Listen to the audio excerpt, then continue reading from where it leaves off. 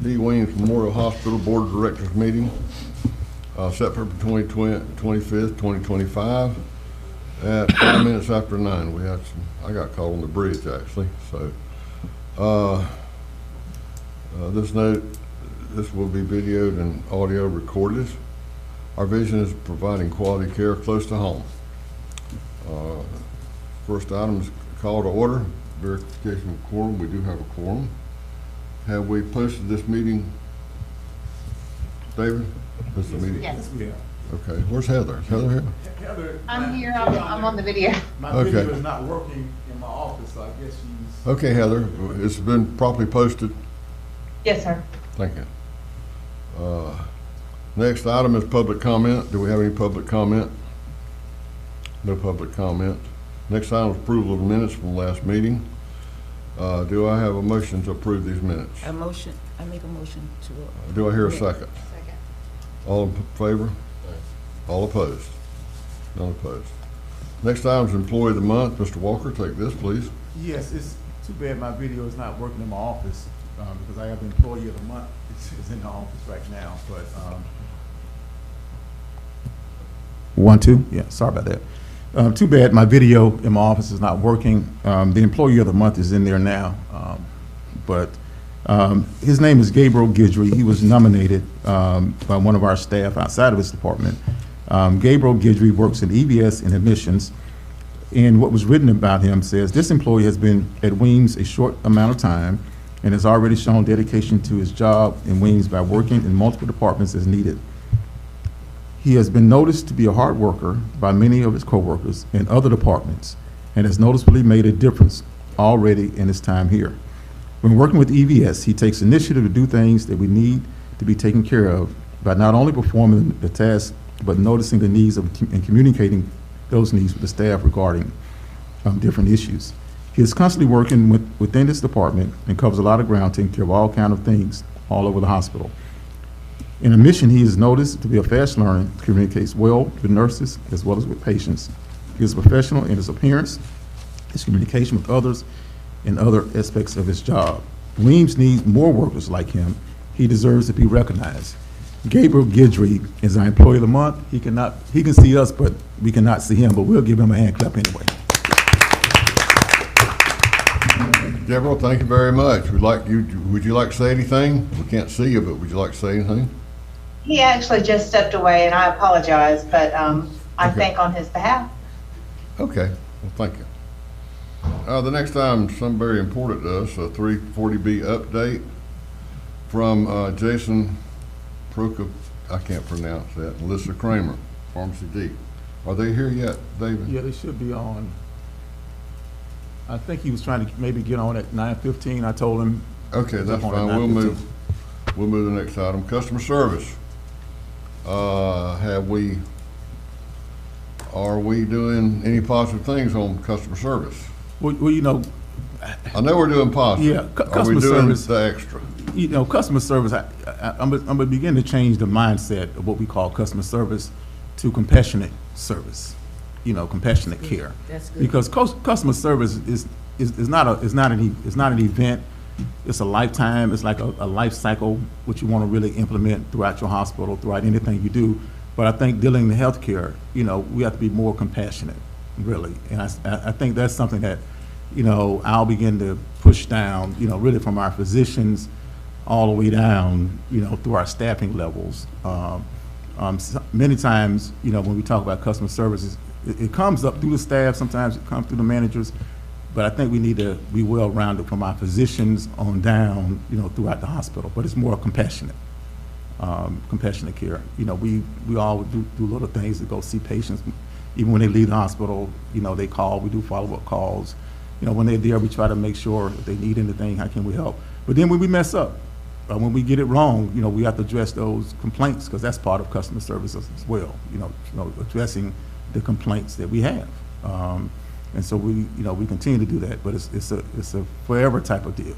But I think we need to focus more on compassionate care, and that starts with me moving on down through our staff.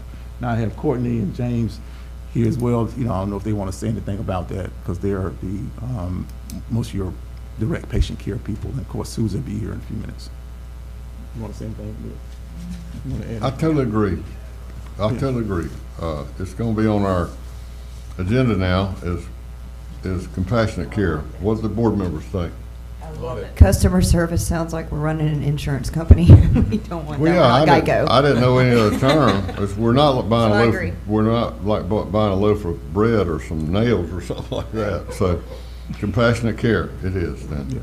You know, So just I think that's yeah, and I just, think we need to drill that into our folks. yeah, and just to speak on that, I was in a meeting last week with some CEOs, and we went to an event, and at the location, you know, we were just walking, and from the time we got on the property, you know, people were so friendly, the staff was so compassionate all the way through, and I heard some of my CEO friends in the background saying, they was mumbling, and I said, what you saying? They said, wow, if we just can clone that video, one of them, and bring it back to our hospitals, you know what I mean, it would do wonderful.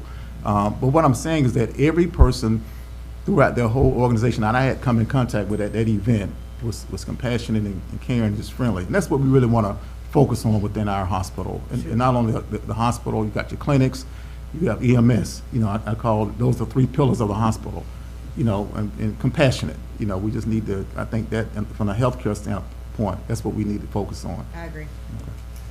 You know, I got like a question, and I think this is important.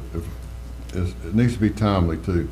Patients in the hospital, emergency room, and they ask a question about their medical condition. How long should that take to get an answer? Cordy, you want to speak with that? Depends 5 on what's minutes? going on in the emergency room. If your Right. physician or your staff is busy, you have to realize we're not overly staffed at Weems as well. So I think we already do, I mean, everybody can improve on compassionate care, but I think we already do that, and we do a large portion of compassionate care. But I mean, agree, that but- will all depend on what's going on, I but it agree, shouldn't but- take that long. I agree, but let's don't brush it off. Let's get to No, it. and we're not, but And if a it nurse- would depend. If they something from the doctor, the nurse could swing by and say, the doctor's real busy now with another case, but we'll have your answer. I think they do. That's it right there. Right, and I think that they do that, and we try to say, you know, sometimes the doctor, if he's busy with somebody else, but yet he's ordered x-rays or labs on the other, hey, you know, Brian will be in to do your x-ray in a few minutes, and Josh will be here to get your labs. So try to keep them updated, so they're not sitting there just wondering. Okay, all right. And then the other thing about that also, it's not only, I just want people to understand, you know, when we look at customer service, compassionate care, you know, we're not only talking about, you know, the nurses or, you know, EMS or the clinic providers. You know, we talking about every person that works at our hospital. So if they're in maintenance, if they're in housekeeping, you know, if somebody come through the front office, you know, somebody on our grounds walking, you know, I'm expecting our staff to greet them with compassion and, you know, care. And so oftentimes we kind of focus on, many times, you know, the treating person, but it goes beyond that. Because, you know, you can treat a person well, but if the person is walking out that door and the next staff member frown at them or say something wrong to them, they're going to feel like their care wasn't given. Or you can be in the hospital, you can treat a person very well. The nurses can do their job, front desk can do their job. Then if the That doctor one don't do thing. that job, That one thing. and then it turns everything around. So I think, you know, it's a shift that we got to continue to just elevate, you know, compassionate care. Just keep elevating that, you know, throughout the whole hospital, including with me, you know, anybody. Okay, the next item on the agenda is, any other board members got anything to say? Okay, Let me try to make sure Jason is on the presenter side. I don't know if you have his number, David. okay. Okay. We'll try to get with them, but next on the agenda, Dr. Conrad is not here today, and so he has some stuff, the medical staff report, some privileges, you know, that we need to approve. And we can go through that if you want. Okay. And Michael will check to see if our presenter's on. What we're gonna try to get,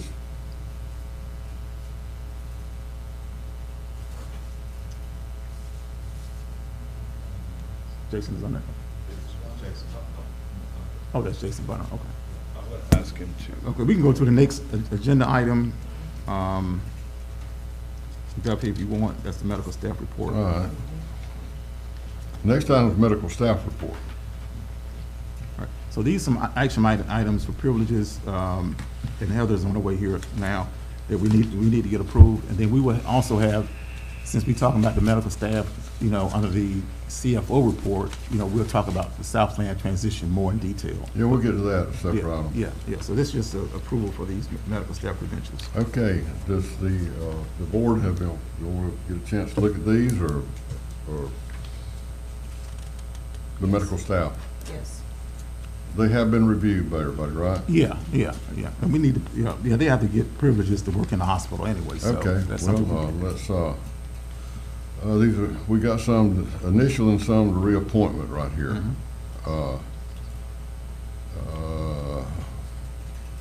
Would the board like to, I'm trying to figure out how to get that in this meeting right here. Have we got the files on these, David, to review? Yeah, Heather has them, but she's. Over there? But she's on her way here now. Okay, all right. Well, we'll wait till Heather gets here. We'll go by that then. Okay, so Jason is Okay. here? Okay. Clinical service report. All right, Duffy, we can go back up to, Oh, 340B. we got them here? Okay, good. This is Jason, am I correct? Yes, good morning. Okay, well. Good morning. 340B update, would you give us your, you know, your qualifications, you know, let us know kind of who you are, okay? Okay. Are you guys able to see a screen if I presented I a am. couple slides? We are. Hold on, 1 second. I'm sorry about that, Jason. Yeah, let me just, why are you getting the slides?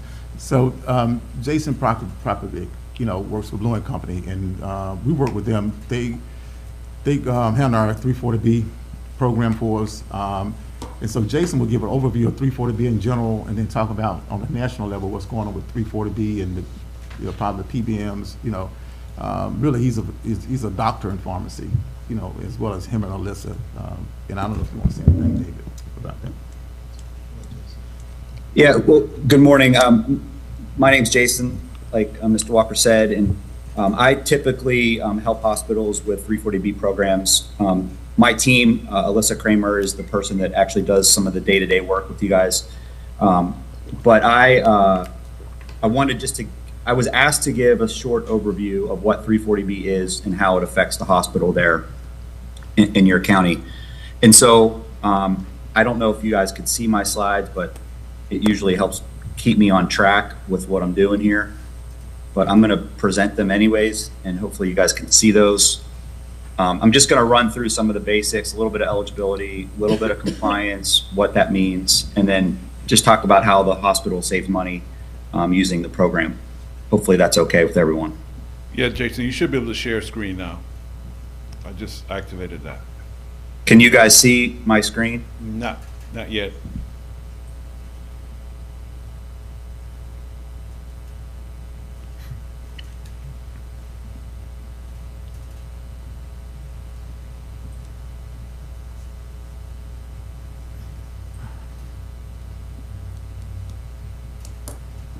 Yep, we're good. Okay, go ahead, we got you. All right. All right, so I just run through the kind of the agenda. I'm only going to take about 5 to 10 minutes, so I'm going to move fast. Feel free to stop me and ask questions. The basics of the program. It came about in 1992. It's an outpatient drug discount program. It was part of the Public Health Service Act from 1992. It is orchestrated under HRSA, Health Resource Service Administration, but the program is run by the Office of Pharmacy Affairs. We all know it as OPA. It's called OPAIS now, but in essence, they're the administrative body that runs the program. There's some talk that this program will move to CMS and not stay under HRSA in the future. I put some resources there. If anyone wants these slides, I can always share these through the hospital later. But the program's been around for 30 some years, and the purpose of it is to stretch federally scarce resources. And it really was developed because of protection for safety net providers. Drug prices were going up in the early 90s, Medicaid was involved, and so the government decided they needed to do something. And the great part about this program is it's not funded by any taxpayer dollars. It's all funded by the drug industry and the drug manufacturers. That's kind of why there's some issues with it now, and some of the manufacturers have pushed back.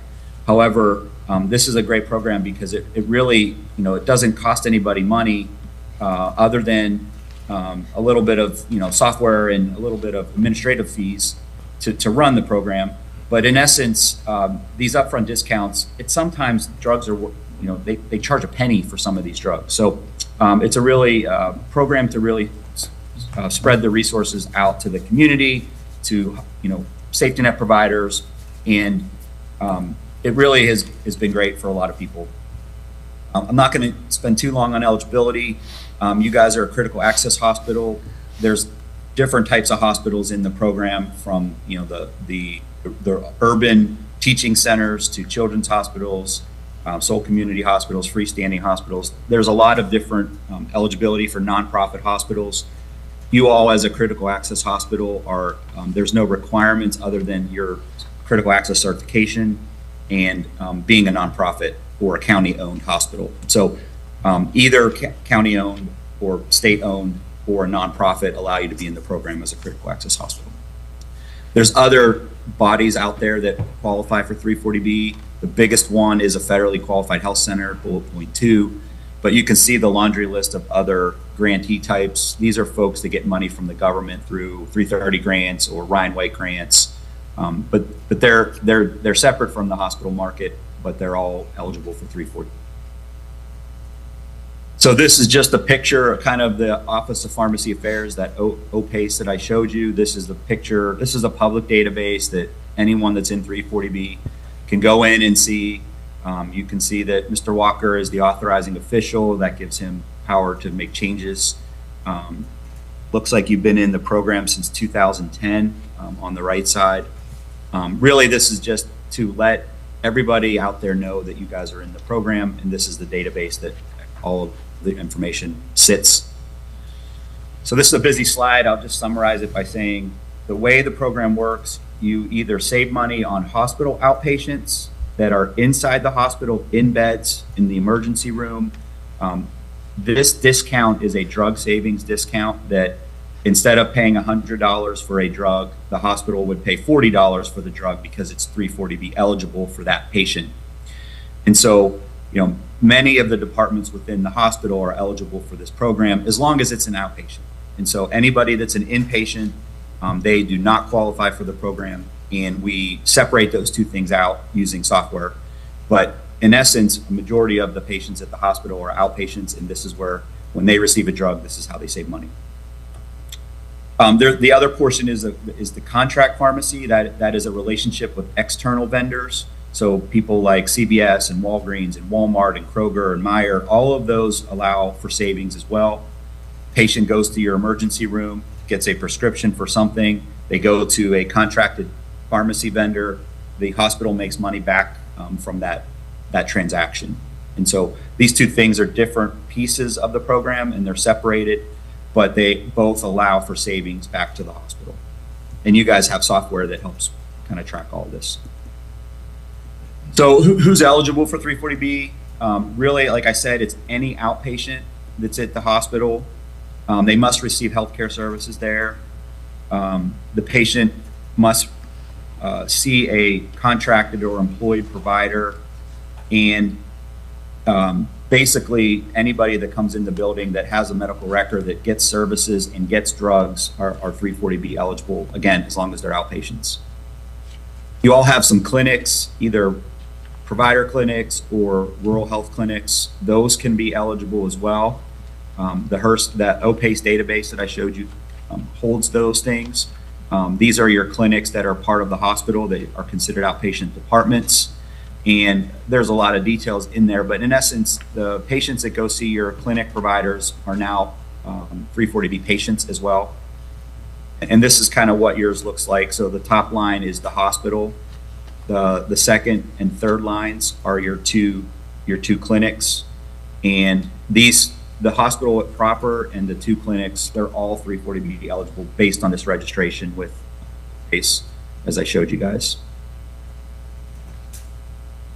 Providers, any of the providers are eligible. It can be a doctor, a DO, a nurse practitioner, PA, not sure what you have there, but any mix of those providers, they either have to be employed or under some kind of contract to be up. Most of the drugs are covered. Again, they're outpatient drugs, but even if the patient is in a bed and they're in the emergency room, those drugs are typically covered. Anything that's FDA approved and is written by a prescription or a drug order. The only caveat there, vaccines are excluded.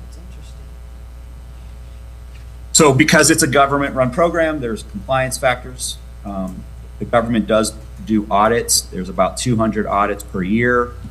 Hospitals are responsible for their own compliance. Blue and Company helps with this compliance, helps make sure that you're running a program that is managed properly. HRSA contracts with the Bazell Group. They came and did an audit for you guys back in 2024, I believe. But there are ways that you can be non-compliant, and you can see the bullet list there. I believe you had a clean audit result, and that's really good. But some hospitals get in trouble because they're not following all the rules.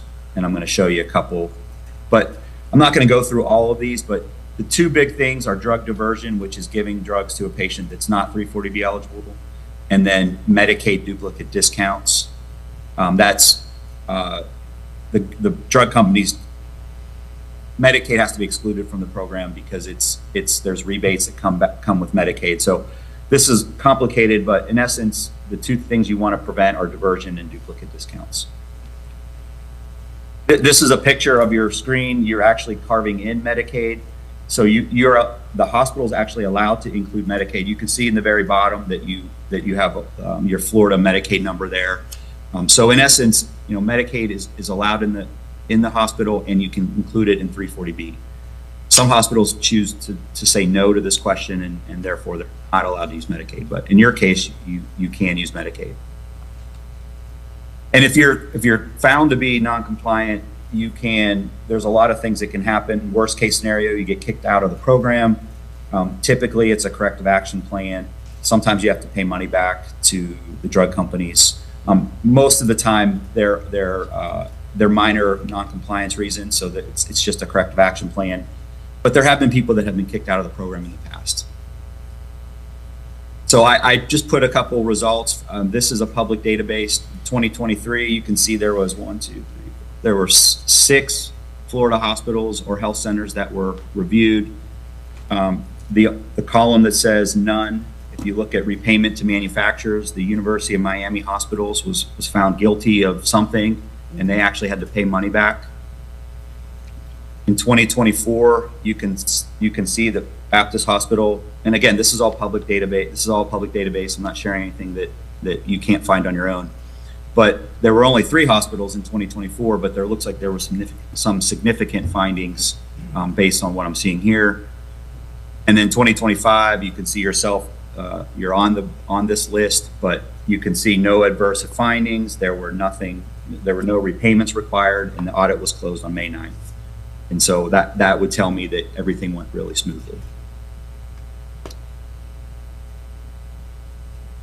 So I'll kind of close with some savings opportunities, how the hospital saves money. This is a very busy slide, but in essence, what happens is a patient comes into your emergency room, receives a drug. They actually buy the drug at a discount. Sometimes that's up to 60%. Some drugs are actually a penny, and there's significant savings. But in essence, about 50% savings in general on drugs. This is a contract pharmacy kind of platform that is very busy, and so I simplified it here. Basically, a patient goes to your emergency room, gets a prescription. They go to a pharmacy vendor of yours. The insurance money that is paid to the pharmacy comes back to the hospital in the form of revenue. And once you pay the fees and for the drug, you end up with, you can see there, $50 out of my $100 once all the fees are paid. So in essence, it's free money to the hospital for these transactions because you're part of the program. So in summary, I'm going to say, this drug savings that the hospital is allowed to obtain because of being a critical access hospital and being registered in the program. It's great for safety net providers. There are some the political landscape has shaken up this industry a little bit. There's been a lot of challenges federally, some statewide, and then drug manufacturers have pushed back on some of the drug savings, and it's created a lot of anxiety amongst 340B providers over the last 4 or 5 years. My role is to help you protect your revenue stream. That's what Alyssa does for you guys. She's done a really good job, really helped through the HRSA audit. There are other additional opportunities out there that we could talk about at another time, but we're suggesting that everyone looks to find any kind of money that's in the 340B program that they can find. And I would say anything you can do to support your local or state or national efforts to protect 340B is very valuable. There is a large body of people that are pushing back against all of the federal policies that are hurting 340B. So any advocacy you can do is suggested. Continue to support any compliance measures that you might have, which includes someone like me in blue to help you. And you already had a HRSA audit. Hopefully you don't have one for a long time, but always be ready for that because the government could come in and potentially take money back from you. And so with that, this is me and this is Alyssa. This is your team. I'm happy to answer any questions, anything that you guys want to hear about more about, or you want me to go deeper into anything else. Jason, can you talk about what's going on the national level with 340B, as well as how the drug costs, how the PBMs, fit in with this system as well? Yeah, on the national level, it's really a fight between the government and the drug manufacturers. So there are 33 drug manufacturers that have kind of pushed back on 340B pricing. And it's all the brand name drugs that you would think of for diabetes or for high blood pressure, COPD. Those companies have pushed back and said, we're tired of giving away all these drugs for free. And the government's saying, it's only a small portion of the entire population. It's just safety net providers. We feel that you should continue to do that. So there's been some fighting. There's been a lot of lawsuits. And it really started at the end of COVID. So around 2021, 22, drug companies started restricting pricing. And so there's some hoops that you have to jump through now. A lot of the revenue that was there in 2019 and 2018 has gone away because the drug companies have won a lot of the lawsuits. I don't know what Florida is doing statewide or specifically in your state, but there are probably 15 states that have actually signed laws that prohibit drug manufacturers from restricting pricing. So it's not a federal thing. The federal government can't win this fight, but the states are starting to win it. And so each year, at the beginning of the year, usually there's some legislation in every state that is hopefully favoring 340B. If you factor in, so the pharmacy benefit managers, the PBMs, they're the ones in the middle that continue to cause prices to rise, rise. Excuse me. They're the middleman between the insurance plan and the employer, and they're dictating that prices go up because when they do, they make money in the middle. And so it's not 340. No matter what you read and what you hear, it's not 340B that's causing drug prices to rise. It's actually the opposite. 340B is helping keep drug prices down for a lot of indigent patients that are being seen at safety net hospitals. So the PBMs have a very big lobbying group. They will argue that there are all kinds of factors that are causing drug prices to rise, but really it's them in the middle that are squeezing both sides of the equation. They're charging more to the employers to manage programs, pharmacy benefits, and then they're taking more money from the drug manufacturers, which caused the drug manufacturers to then raise their prices to compensate, because the drug manufacturers, have to do the research and all the other things that go on with it. So I know there's a lot of bad press out there about 340B. There's a lot of dark money that is pushing back against it. A lot of it is just lobbying efforts from the pharmacy benefit managers and sometimes from the drug manufacturers. The program you're in is a very true and honest program. There are some bad actors, just like anything out there. You guys are running your program the way you should. The government just proved that by a clean audit. And so, in essence, I would encourage you guys not to get caught up in the noise of the PBMs and all the things that they're trying to tell you about drug prices going up because of 340B and the hospital or the government. It's really them in the middle that are pushing drug prices up. Who controls, So, excuse me, who controls the PBMs? Anybody? well, the big three are companies you would know: Caremark, United, Optum, Insurance who's owned by companies. United, and then so Caremark's owned by CVS, United, and then Express Scripts, which they're owned by Cigna, I believe. So that's all insurance the companies. PBMs are owned by basically the insurance plans, and so they control the entire environment. And then they make the decisions that, you know, that the employer has to live with, because those big three PBMs control 90% of the market. And so there's not much you can do other than to accept what they tell you. And a lot of times, you know, you've seen health care costs go up every year. Pharmacy benefit costs go up every year. And it's really them controlling it and being able to really run without any kind of oversight. And, you know, there's some things in Washington that are trying to control the PBMs, but none of it's been passed. And so they still are just running uncontrolled and allowing the drug prices to go up. And it's unfortunate. It's kind of a dirty industry, and I don't feel good about it. You know, I don't feel good about talking about it, because it really is hurting everybody, any employer out there. And especially if you're a self-funded employer, it's really hard. So unfortunately, the only way to fix it is if the government kind of steps in and makes some headway with legislation that will kind of bring those folks back into line. What's the incentive for the insurance companies to own the PBMs and drive the prices higher? Well, they can charge higher premiums to the employer or the payer, you know, which the plan sponsor.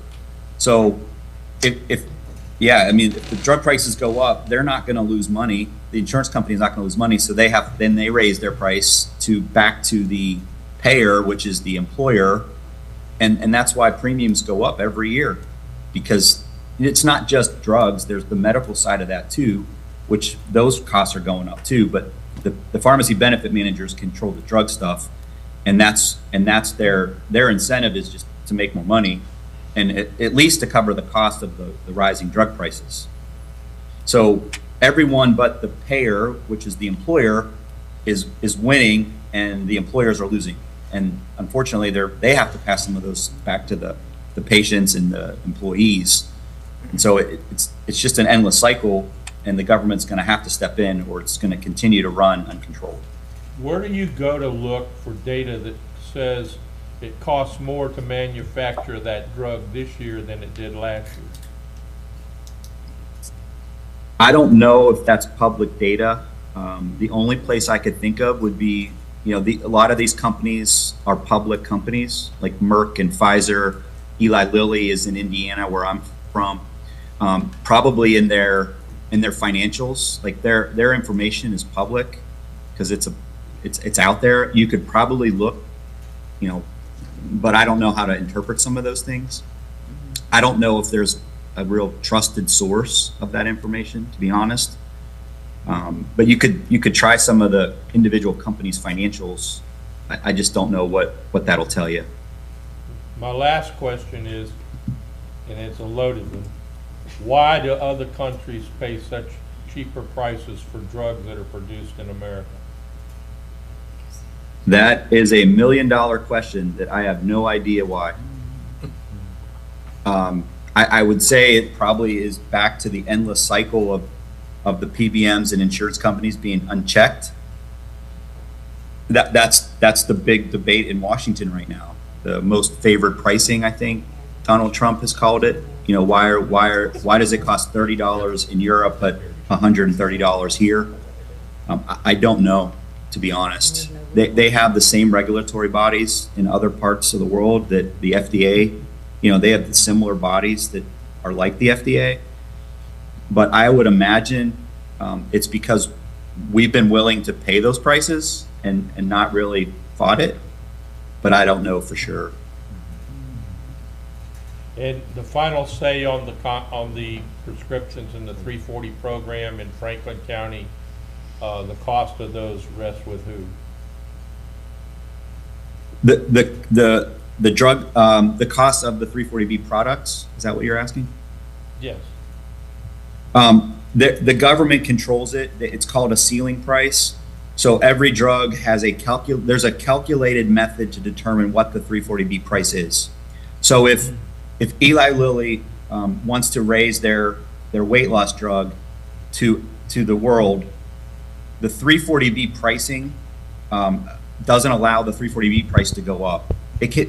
Eli Lilly can raise that drug price on its own for commercial payers and for cash payers, but that 340B price is fixed by the HRSA folks that I talked about in OPACE, and there's a calculation.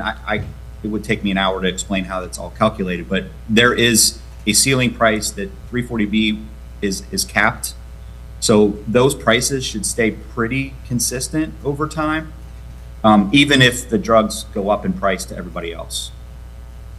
But it's the government that holds the drug companies accountable on the 340B pricing side.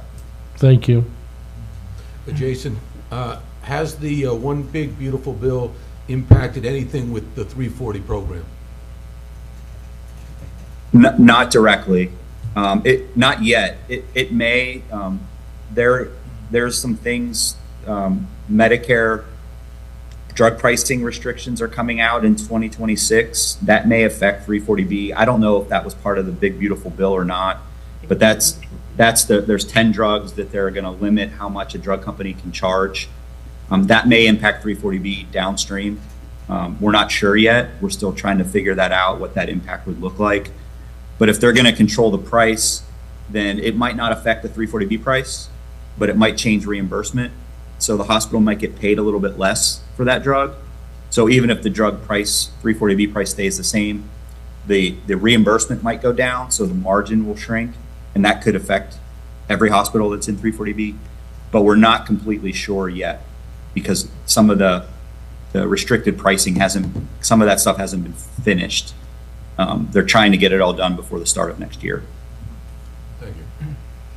Jason, you said 3 companies basically control all of this. I remember years ago, a long time ago, when AT&T was forced to bust up. I think it was AT&T because of monopoly. Isn't that getting close to being a monopoly right there?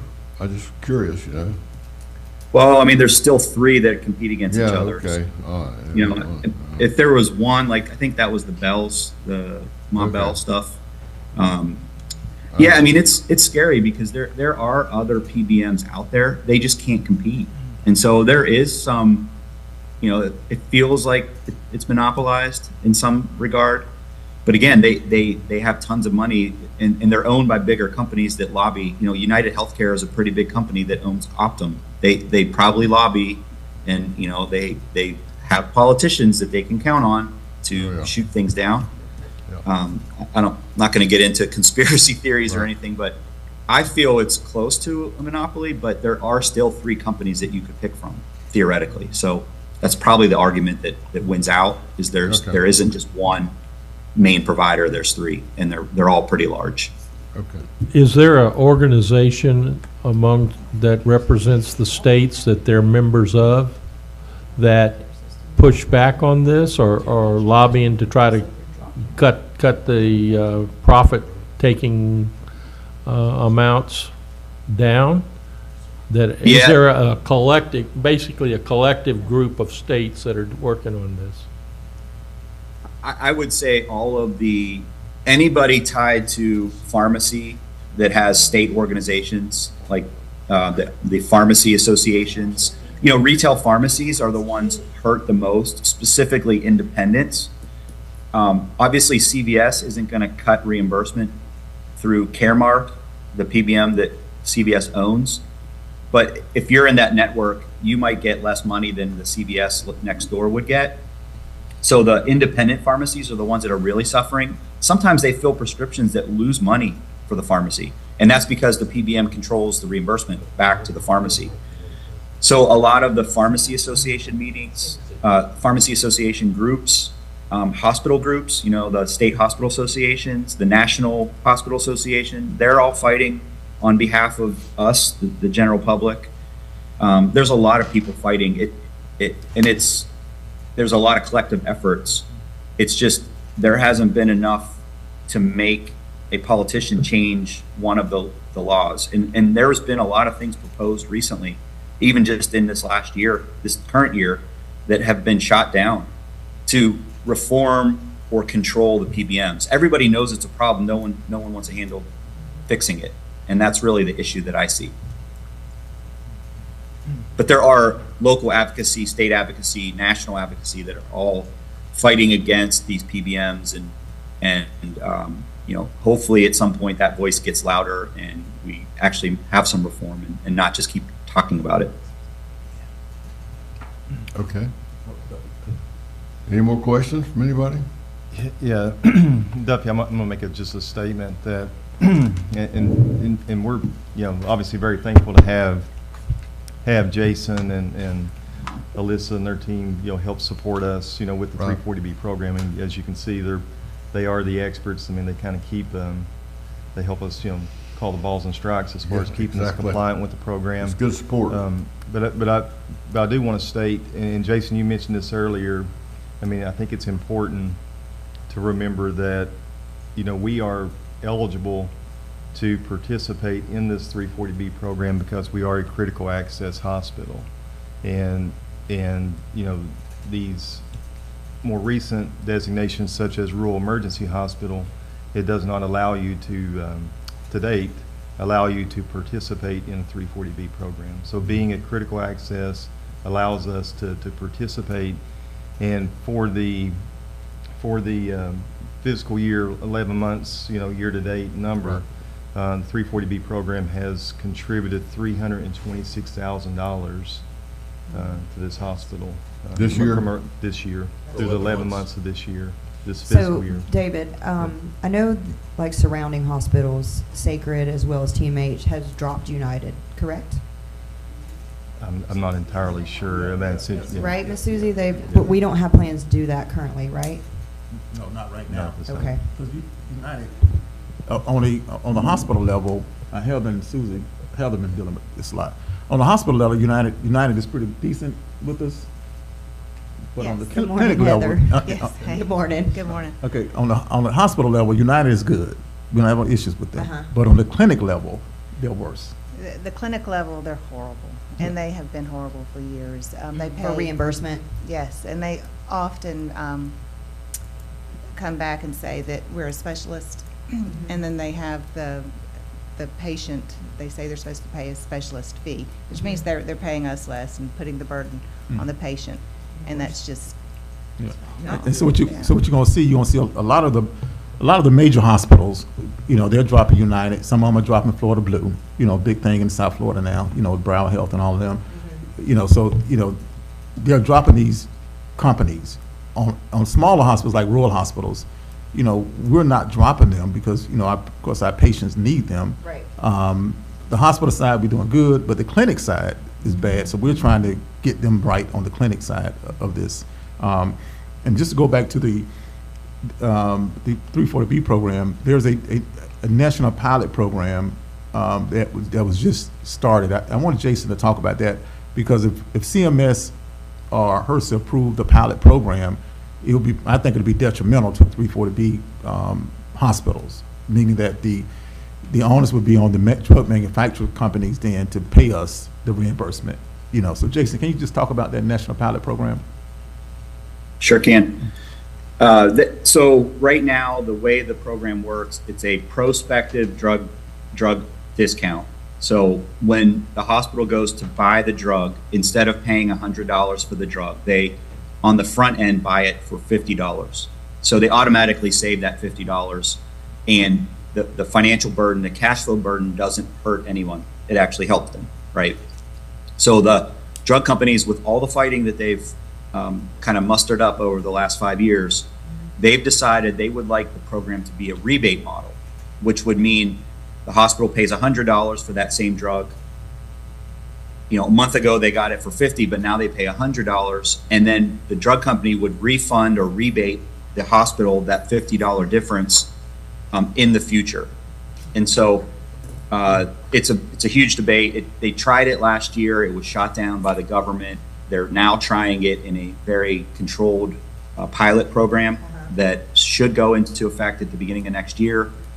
But they haven't even formalized what that looks like yet. But it could be a cash flow crunch for many hospitals out there because they're going to pay 50% more potentially on drugs on the front end and have to bank on or rely on the drug manufacturer. And they're going to drag their feet for reimbursement. Basically, so- they're going to take and use the float. That's right. That's exactly right. Well, and the real issue is, what if, you know, the hospital's going to have to submit claims to get that rebate. What happens if the drug company says, well, we don't really want to pay the rebate on that one, or that one, or that one? And then they're going to make you go through some kind of resolution process. You know, you're going to have to fight for that money. And what if they never actually pay you? So there could be, you know, a small margin of patients that never get that rebate back to the hospital. So now you've just lost money and all of the administrative burden of just trying to fight for that money back. Where today, all that money comes in on the front end. At best, we'd need more staff just to fight them. That's it right there. We'd need more staff to Manage that program. to manage it. Yeah, we would. I mean, we'll get our money back, you know. The real solution is socialized medicine. Well, I don't know about that. I'm serious. I don't think we can, We're a long I way don't think from this that, board, I don't think this board can have a vote on that. I don't think we can vote on that today, Barry. But you know something, this system is so political powerful, these lobbyists, really. I mean, they're so powerful. The PBM's been the issues for years. Everybody know it. They call them, you know, the politicians call everybody up, the Congress and testify, but they need to call these PBMs to testify, you know, because these major companies own the PBMs, and they give a lot of money into these organizations. And so this forever flow. Weems had a 340B program since 2010. We can never get off the ground until 2020 because of, you know, a lot of the regulations that you have to have somebody watching it for you.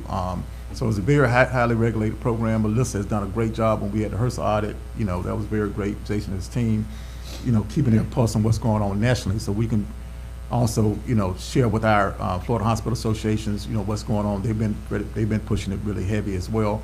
But this is a very powerful group, these drug companies, I mean, and the insurance companies really that controls a whole lot of stuff. Miss Susie, I have a question for you really quick. I read somewhere that United was pushing for providers. When I say provider, I mean MDs in the clinic. Is some of that reimbursement trouble because there's not a provider in-house, or have we not gotten there yet? We haven't gotten there yet. Okay, good. United has just been Just a thorn in our side. a thorn in our side for some time, just with, Yes, ma'am. on the patient level, with trying to get a contracted doctor. You know, they're not going to recognize our physician, who's our supervising physician. Right. Because he's not in the house Right. seeing patients.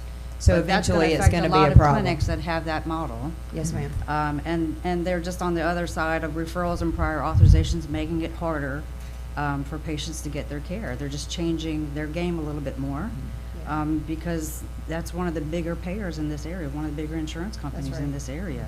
So we gently try to help patients to understand that traditional Medicare plus the supplemental is kind of the way to go. Just because I've been fighting it personally, and Heather too, the last 3 years with our representative. Look, Dr. Conrad, I have a list of names of everybody I work with every month for HEDIS measures. His name's on it. Yes. So how do you not recognize him? I agree. And I just can't get anywhere. I've gone to supervisors, above supervisors, so. It's the game they play. You know, Yeah. insurance companies play games. You know, you have to fight for every dollar you Thank you, Sue. can.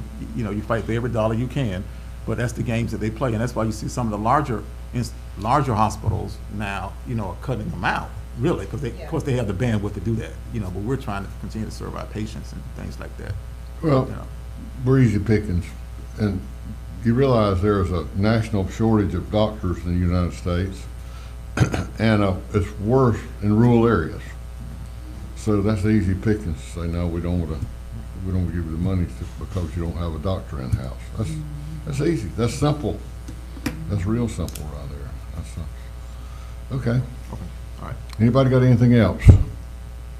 Thank you, Jason. Thank you, Jason. you, We appreciate it. Jason. Been very informative. You're welcome. You guys can always reach out and through Mr. Walker or David Bowling. I'm happy to help or answer questions anytime. You know, if you want the presentation I gave, just let someone there know, and I'll get it to whoever needs it. Okay. Thank you. All right. Thank you. Let's go back to the the approval we need on our positions here. Heather? Yes, sir. You want to talk to the board about that? Sure. Okay. The medical staff committee met on Tuesday and recommended approval for 3 Vesta physicians' initial consulting privileges. Dr. Iwaka, Dr. Gupta, and Dr. Kazemi.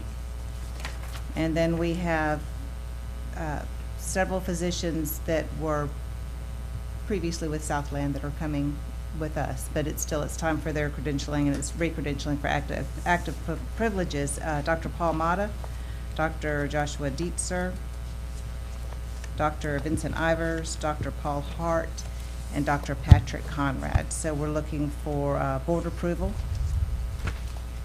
for these recommendations. Any discussion, board member? I have a lot of concerns about one of these doctors on this list. I'm not going to bring it up at this board meeting because I don't want to blast him, but I have some very, very legitimate concerns about a doctor on this list. And I don't want it on my head and in clear conscience. I can't approve him. Sure. Okay. So do we want to table? Yes. Well, we'll need to, the reason why we just need to, their active appointments, and now, when is their appointments up? The 30th. The 30th? Yes, Yeah. sir. And so these positions' appointments up on the 30th. So if they don't get approved, I mean, we need to approve them, because they don't get approved, then they won't be able to work in the hospital. So we So- would disregard all of them because there was a question about one? Yeah, no, you can, I mean, you can prove them, and if you have the question about one that you want to table, but we still need to work, we'll have to work him, the one that's in question, we still will have to do something with him, because he's Yes. going to be on the schedule Yes. in October. He's on my radar. Yeah. And so, just because we approve them now, they can be approved. Yes. Then that don't mean they have to work the schedules. That is correct. Just because they're. So when would we table it? So if you table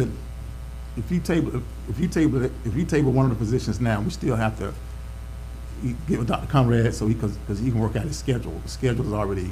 So if we approve it, when would we table it, or when would we talk about it? Okay, we can come back, we can approve it now. Yes. Then we can have a conversation afterwards. We may have we can have an executive session to talk about it. We can talk with Dr. Conrad, because him and I have talk about this already. We have some plans in action, and then we can deal with it, Okay. It sounds reasonable. That way we won't hold the schedule that's already been made up with the Right. positions on there. Well, Can we just go forward and take that one name and table that one name and improve everybody else and move forward? Well, the reason why I'm saying if we do that now, since the 30th is what, next, 30th is what? Tuesday? Next week. Tuesday. I know Dr. Conrad may have this person on the schedule in October, for the first weekend in October. He'll need to make some changes. He's not here Adjustments. right now. Well, So let my me rec- ask- my rec- my Let me ask recommendation- this. If we approve everybody, we're not required to have them work at our No, hospital. we're not, you're not required to have them work at the hospital. That's all. Exactly. Yeah, so you can, Exactly. so we can, we have approved physicians before, and I've told Dr. Conrad, I need to take this person off the schedule. Mm-hmm. And the person was taken off the schedule, and they don't need to come back here to be approved to take off the schedule. I make that decision to take them off the schedule. And so. I think that's the solution right there. And, That is right. And, That's and, good. we approve their privileges it still doesn't mean, and I have some trepidation with one person on the list too, by the way. And we can have a special meeting, you know. That's what I was in gonna recommend. October, Could we have a special this meeting? to talk about, you know, the position that's in question, to be honest with you. You know, but I think I would recommend, let's approve it, and then, you know, have us come back and have a special meeting. I think if the, You know, if the executive board, session. I think if the board members, this is the way I think, have, to move on here, just because you grant privileges don't mean you have to, you're required to work them. And if board members have heartburn with one of these folks on this list working at Weems, okay? Then I don't think it's a board member as much as the community. The committee, that your committee, Heather, I Yes. think they need to meet with you and then get some input. And it is a management decision whether they work. And I think if the board members have some heartburn with somebody, then they don't work here. Yeah, and just for example, usually when somebody have a issue, anybody, you know, with a position, Dr. Conrad and Courtney and I talk, you know, with that. Now, we do have an upcoming meeting with this particular position. You know, Dr. Conrad, Courtney, and I, you know, talk about the issues that we've been having. You know, We could hold this vote on this and discuss it at an executive meeting right after this. You could just say, we're gonna spend executive meeting right after this, turn off the cameras, and we can tell you what we think of somebody and vote on the list then. yeah, it's just not the executive. I just didn't session want to do it in a public forum. Exactly. Yeah. However, I if don't- we do an executive We meeting, weren't gonna do that. stay for an executive for a few minutes afterwards, turn off the cameras and make our votes and our discussion about it at that point, then it's all clean, right? Yeah, just that it wasn't on If today's we're agenda. allowed. Does it have to be advertised? Yeah, it has to be Yeah, it advertised. has to be All advertised. The that, executive has to be advertised. Yeah, the executive session is not on the agenda. It hadn't been Not on the advertised. agenda. You Correct. know, so that's the Alright. issue. It's part of the sunshine law there. We need to get this, So my recommendation would be, you know, you can't approve the privileges. You know, Dr. Conrad and I and Courtney have a meeting with the physician, but we still can have an executive session to talk, at another date to talk about the issues with the physician. I like You know, that, that way- Mr. Walker. That way we dealing with that issue, you know, but we're not holding up the You can't privileges. we can't throw the baby out with the bathwater. We gotta get some doctors on board here. That's right. And we got a pretty short timeline. However, if it's if the board in general has heartburn with a person being employed, I think that the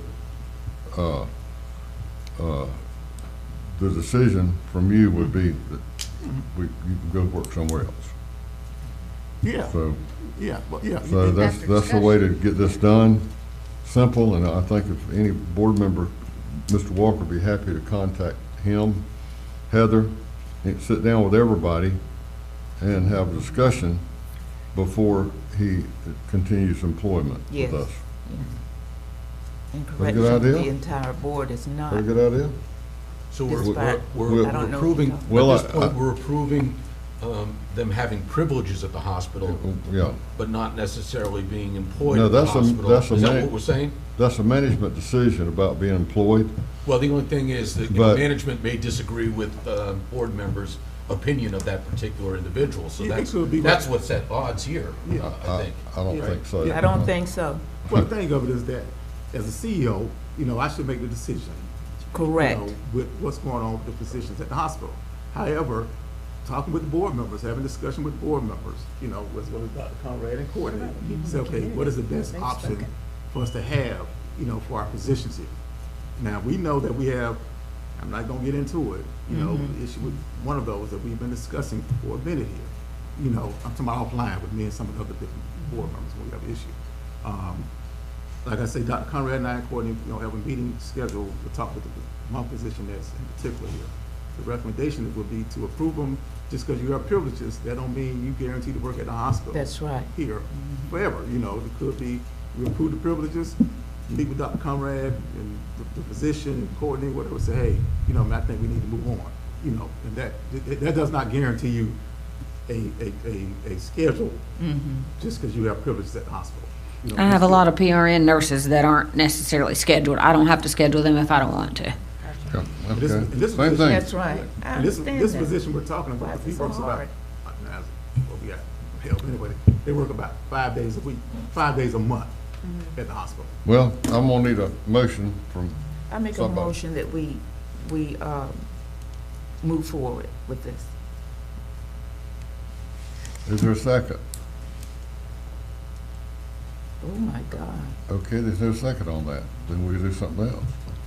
Do I I'd have like to- another motion? I'd like to make a motion that we move forward with the list that we have currently, but that we schedule an executive meeting to discuss any individual doctors that are on that schedule that the board has an issue with. Second. I don't think it's the board as much as it's the Okay, community, okay, honestly. discussion now. Okay, I don't know about okay. that. Well, now, go again. Oh, I now. know. What? I've been contacted, you've been contacted, we're in agreement, you've been contacted. Okay, go ahead. The One at a motion, time. motion is that we accept the schedule as presented, but that we have an executive board meeting to discuss any individual physicians on that schedule that we have an issue with. Okay, Second. and the Heather and everybody, the whole bunch will be at the executive session. Okay. All right, is there a second to that? Second. Any more discussion of this? Any discussion? And that way, you know, it won't hold up the privileges of other Oh, I know, I positions. know. We And got- we can deal Yeah, with the that's doctor important. that Okay. have an issue.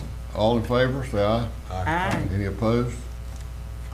Okay, that's it. We'll get into scheduling. We're gonna have to do that pretty quick, aren't we? Yeah, the October schedule's already put out. I'm you know, talking but- about for the, Executive okay, they're approved. Yeah, let's have an Yeah, executive yeah. session and And- we'll, Yeah, and- I'll work on the date with that. We'll talk about that before we leave, okay? And that will be the only, now the executive session, would be, I think the sunshine laws would be okay with this type meeting.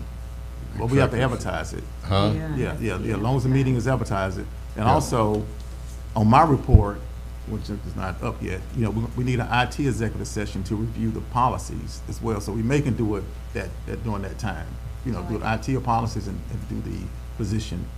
Okay, discussion.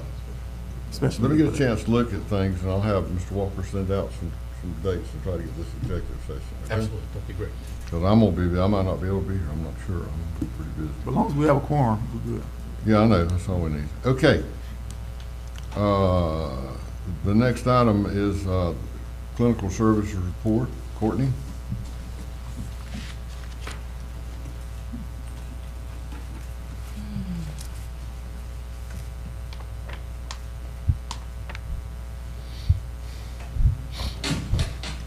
Courtney, you gotta talk to that microphone. Okay. Okay, it's just an update on the Omnicell. I already proposed the Omnicell is the med dispensing tower that we use at the hospital to dispense all the meds for the emergency room, for every patient that gets a med there. So we had talked about that, talked about how we got a grant for that approved already. We have a couple quotes. We have the quote from Omnicell. Omnicell's been around since, let's see, in the 90s, 1990s, and then the other quote we have is a newer company, so it is a little cheaper, and we're still waiting on another quote. Omnicell is one of our premier pricing, so we do have that quote. We've reached out to them about that. Just wanted to update you guys. Now, Omnicell has a price for the unit and a price for the server, but they're putting out a new server in March of 2026. And they're 5 to 6 months out on the product anyway. 6 months would be March, so therefore, we feel like if we're not in a huge rush here, that we would wait and get that 2026 one in March instead of buying something now that we're not gonna get until February or March anyway. Do we know that the pricing would be about the same? Yeah, it's $4,000 more for that server, roughly $4,000 more. I have those quotes here with me, for the new server, but the new server takes us out until, let me see. The new server will take us out until 2032 with services and such. Where the other one, if we got it now, will take us to 2029. So 3 years different, but you Yeah. wait 6 months and you get 3 more years of service. for $4,000 more And on we the can afford unit. to wait, right, Courtney? Yeah, and you're not gonna get, even if you went with the one now that's $4,000 cheaper, you're not getting it until February-ish anyway, so. I think because we have that time frame and we already have the grant approved, that I'm just doing a little bit more research to make sure everything is so I just wanted to update you guys on that. But we're looking at spring anyway before we get it. In the, David, we don't need a vote on that then? no, we just giving you an update. Okay. Initially, I thought we probably would need it, but, we'll wait, and then we don't have the grant money in the bank yet. Usually what I like to do, I like to have them send me the grant money, and then I make the purchase. If not, they'll reimburse me. It's a reimbursement too, but it's $200,000. So we wrote a grant that we got $200,000 for this particular project, so I prefer to spend their money first instead of doing the reimbursement. I think the longevity is the best way to go. You said 2032? Yeah, 2032. And this is a company, I think I had told you guys before, but this is one of the West, our pharmacist gave us 4 recommendations for these for these units, and this was the only one that was recommended by our pharmacist and also on the premier pricing option. And they have, I think, about 7 or 8, and it was the only one that was both. Plus, we've had it at Weems since we've had medication dispensing cabinets, and everybody's familiar with it. We all like it. We rarely have any issues that need service, or, I mean, I can remember like maybe 2 times that we've had to have somebody actually come service, but that's all covered and will be until 2032. This will be more secure. It'll have fingerprint. Yeah, this has fingerprint where we actually have to enter our name, or, our ID numbers and all that stuff, but this is just fingerprint. So it's obviously an upgraded system because we've had it a Security. long time. So, But- so there's a product called OmniView, and there's a product No, called Omnicell. Omnicell. Okay.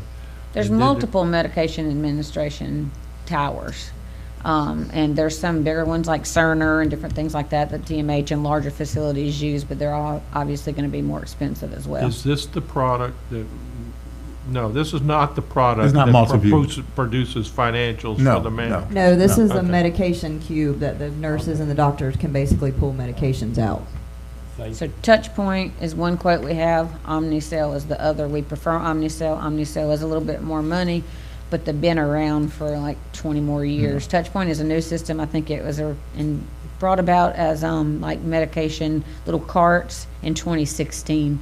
So it's still a fairly new company. So of course their prices are a little bit, but they started as like wagons on wheels for nurses instead of like medication administration cabinets, and that's what Omnicell's Yeah.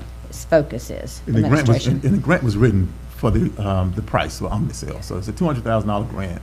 One of our grants is for that. So, we have enough money to get it, if we want to get the best machine that we can, And so we'll bring that back up to you, for a vote, but we want to just give you a heads up on that. I don't really have anything else. Flu shots are in, so we're working to get those out to the community and the staff as needed.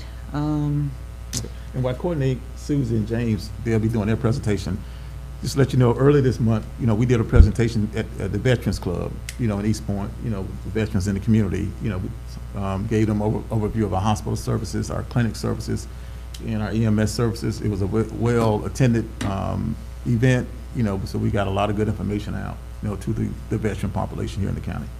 So just want to thank my team for that. Courtney, y'all are proceeding with the group from Tallahassee on the core drug treatment from- stuff? Yes, sir, for this village that was here last meeting? Yeah, Yes, that's a core, that's a meeting that James and I are usually on every Friday morning at 9 o'clock. That just has to be developed. We've got some protocols from other facilities and other agencies, and we have to bring that in and rewrite the policies to fit Weems yeah, and all that kind of stuff. Everybody needs to understand, it's a referral service. We're referring them for treatment there. Yes, pretty much so, yes, sir. But then I'll update you guys when I get that finished, but that just takes some time writing policies and you guys will have to approve the policy anyway, and you'll have to sign it, Mr. Duffy.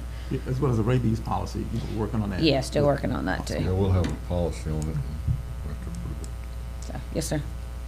Any questions, anybody? Anybody else? Courtney, are you going to give a risk management discussion next? Yes, I think it's meeting? next, that way we'll do it, because that'll be the end, the quarter ends, last day of September, so Tuesday, and then I'll give it on the next one. Mhm. How's your staffing, Courtney? Nursing and all staffing? It's not bad. I've got, I think think I told y'all, one nurse that went and took a different job just because of the convenience of family issues, and then another one that's moving but still staying on PRN, but she hadn't moved yet, so we're okay. Can always use night nurses, but Always. only certain That's people never want to gonna work nights, change. which is understandable, so I'm looking for some night full-time nurses. Okay, fine. But- Oh, you always But are. otherwise, we're good. In lab, you know, we got other departments that need staff. We got laboratory, we looking for a medical technologist, since we on live on TV here. If anybody want to come work with us in that area, respiratory therapists, looking for that staff as well. Of course, Brian can use another radiology tech if that, anybody want to come work in that area. And I need a good administrative assistant, so I'm just putting that out there. Advertisement. Okay. All right. I think that's it, unless you have any questions. Thanks, Thank Courtney. you, Courtney. Next item, it would be the, Susie, the, RHC report. First of all, I want to, I called and left a message. I don't know if Yeah, you you got did. it. Thank you, I appreciate that. I'm not very good at leaving messages, so I want you to know that on behalf of the board, you know, we do recognize that, you had your mother died, and, our condolences. I know it's tough and everything, so our condolences, and thank you for the hard work you do with the clinic. Thank you. No, she was a great woman. I was very honored to be her daughter, so Well, I'll leave it wonderful, at that. wonderful. You can As tell Courtney the said way that- you work hard, she taught you good too. I'm a military kid. What You need to happened? thank, that's, you know, I'm thankful. It's funny, the older I get, the smarter my parents get. I've always heard that. Mm-hmm. But, So, as Courtney said, the flu vaccines are in. We'll start administering those into the clinics, as well as the pneumonia shot. So if you're due for it or you believe in it, please make sure that you check with your providers, that you have them. COVID has gone down a little bit lately in the area, I think because of people going back to school. Tourism is a little bit lower right now. But please still use precautions as you can when you're in big crowds. And with the growth in the area, we've also had another provider in the area drop their well care. So I'm sure that's going to follow suit with several other providers. So those patients are starting to come to the clinic. really, And so with that, we're going to be seeing an uptick in our patients, which we appreciate it, and we're happy to see them. But along those lines, we're also looking at ways to support our providers now, because it's hard for them to take a vacation or just even have time off to do personal appointments and everything else. So we're looking at possibilities with locums to help support that. We have a floating nurse practitioner now. We're always actively looking for providers to hire, physicians, but in the meantime, as we're going to grow and as the providers want to be able to take time off, that's going to be something we'll look into for additional support. And Telemedicine. Yep, and then the next thing we're also going to look into is to bring in telemedicine into the clinics on a regular basis, but also possibly, depending on the structure of it, is whether we can do it for the Carabel Clinic, because they are looking for evening hours and Saturdays. And if it's a good fit for us, you know, we'll have to see how often we can do it, you know, because of course there's costs associated with everything, right? And reimbursements for those have to be checked out properly. Whether it's a good avenue, but we're going to check into that before we present it and bring it to you. But that might be part of a solution to help with that area up in Carabel. Yeah. So, any questions for the What- clinic? Do you think you could extend, that, that telehealth care for either mental or behavioral health care services as well? Yeah, we've looked into that previously when we were, but it's a difficult thing to find providers that are licensed in this area or a psychologist that can be in this area, because they still like to have at least one in-person session to get Right. started. Right. And then they do the telehealth. Right. So, of course, same thing with the telehealth for regular visits. We would need to have the staff there to be able to do blood pressure monitoring and things like that. So it's a work into our schedule and just a new way to do it, but I'm sure we can come up with creative ways to do it. It might be a nice revenue stream for us as well. Right, it would be, So and if it's we a could- service that's definitely needed, which we've known for quite some time. So, yeah, we're gonna look into everything we can do to try to help support it as more people are coming into our area. So, Miss Susie, when you say telehealth providers, so those would be outside of Miss Dana? Well, we're gonna present it to them as far as, you know, if there's a way to help them with their schedules, and maybe an alternate time would be better for them, or if an alternate revenue for them would be the thing. That you have to understand in their world, and I understand it because I see it every day, they work very hard with patients. Yes, And they do. patients They don't turn just come- 25 and 30 patients a day, correct? Yeah, they don't just deal with a fingernail That's right. problem. They're dealing with the person's social behavior agree. and their psychology. So these ladies are all doing a great job taking this on and trying to sort this out for these patients. So time off is well deserved for them. And I'm a big proponent of that for them, and I'll always I've been say working that. very hard to get these ladies bonuses. Yeah, because so I think they deserve them. It's that. It's also, you know, the need in the area with the telehealth is great, but, you know, a lot of insurance companies also offer telehealth. It's just making patients aware of that. So a lot of them could turn to that. And we use that to tell patients, inform the patients that come that are tourists, that have something that their insurance, because of the revenue, I mean, not the revenue, the RHC rules as far as insurance, you can't go primary care to primary care. Gotcha. From out-of-state insurances. Gotcha. We're not urgent care deemed, even though it's an urgent service. Right. It's not an urgent care facility. So we often tell patients, you know, please call your insurance or your doc from home and see if they offer telehealth. So Yes. it's a good thing. We just want to make sure we do it right and we present it correctly to patients. So. Yeah, but the main thing is really, in that east end, Carabel location, there's nothing there. So we really want, the focus really would be on telehealth services on the weekend and the evening hours. You know, I mean, try to boost that area up over there. The behavioral health component, which we've all been trying to look at that area. One of the things that hindered us last time, looking for a licensed clinical social worker, but I think we may have one of our employees. My wife is a licensed clinical social worker, so she may be able to help us. So the behavioral health piece, we may be able to kind of tap in to try to do that. But the telehealth part really is to help that location in the east end of the county, because there's no other service there. besides No us. pharmacy, nothing. Yeah, there's nothing there. Do doctors do telehealth too? Yeah, but yeah, doctor. Well, do we know of any organizations that actually have doctors that can come see them once a month or whatever and telehealth from there?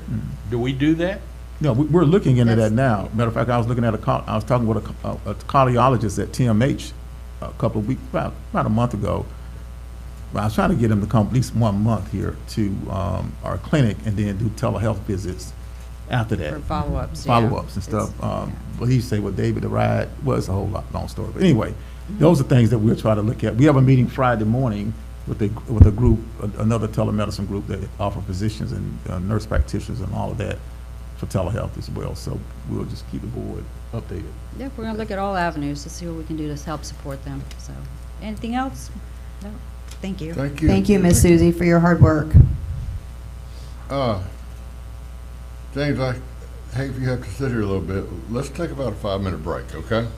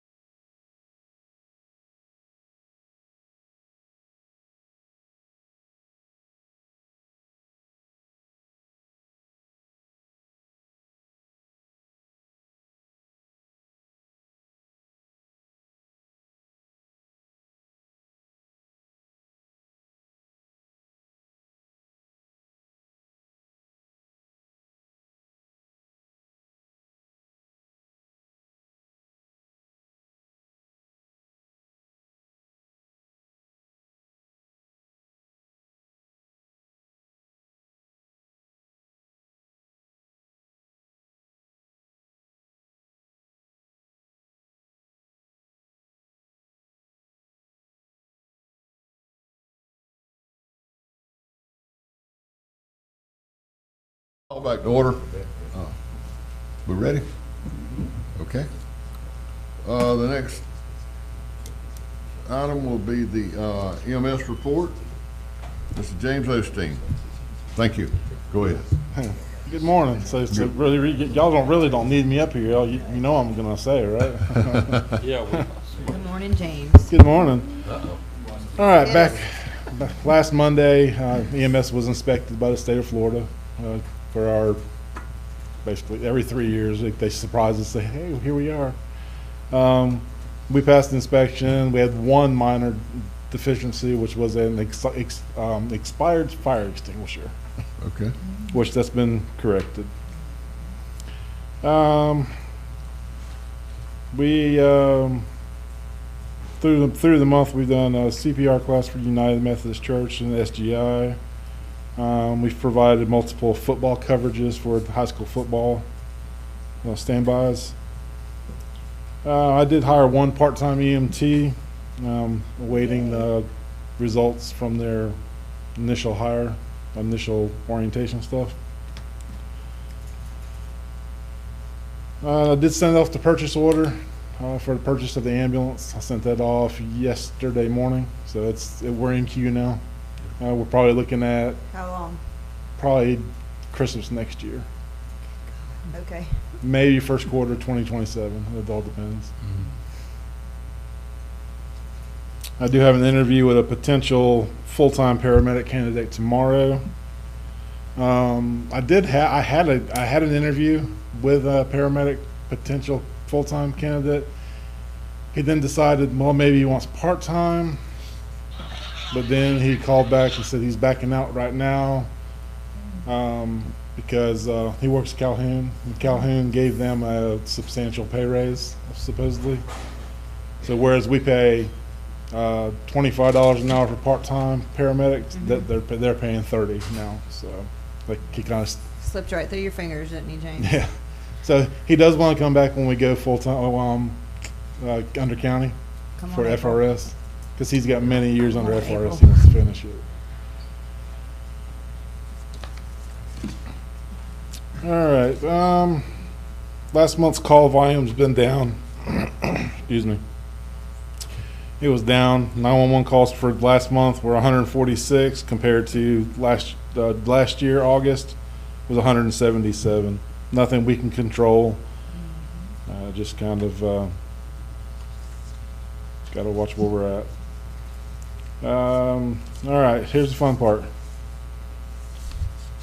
As far as overtime goes, the schedule, the last 4 weeks I started the month, or in the last 4 weeks I started out with needing 1,104 total hours to fill the schedule. That's from the vacancies. Total number of hours that I did fill was 607. So unfortunately, the non-budgeted overtime for the last 4 weeks was $22,997. During that time, we had 3 ambulances, 27 out of 28 days, and we had 1 ambulance one day. We had no QRV for about 15 days out of the 28 days.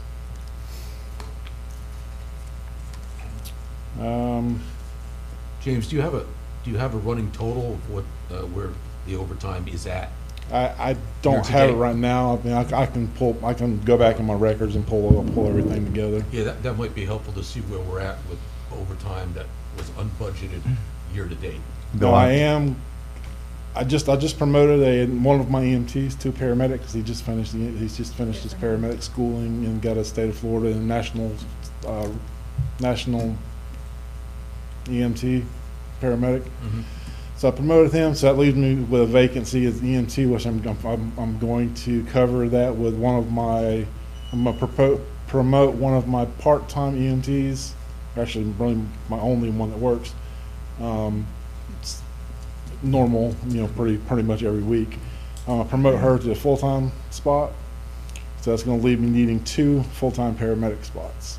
Now hopefully the interview tomorrow will work out good, and we can go ahead and get him on full-time. I hate to steal them away from Calhoun, but No, you don't. we gotta do what we gotta do. They steal enough away from us, so. That's right. Fair is fair. And here's what I told James too, about his staffing, people that really want to work with us. I told them, let them know they need to get on right now, because once they move to the county, That's right. you know, it's gonna be difficult for them to get on because they'll be fully staffed. So I agree. we're trying to use that carrot, like, hey, come on with us now, because once they move to the county, it's gonna be difficult for you to come on with us. I hope it is. Who holds the interview, James? Who's involved in the interviewing process? I'll typically, myself and one of my captains, we'll sit down and interview. Don't you think it might help if we got Mr. Walker to be there so that they could show how important it really, really is? Yeah, we can, the one tomorrow, if you're available, I can do the one tomorrow over in your I office. think if you, here's a senior person, they're involved in this process, obviously they want you. And that'll be good.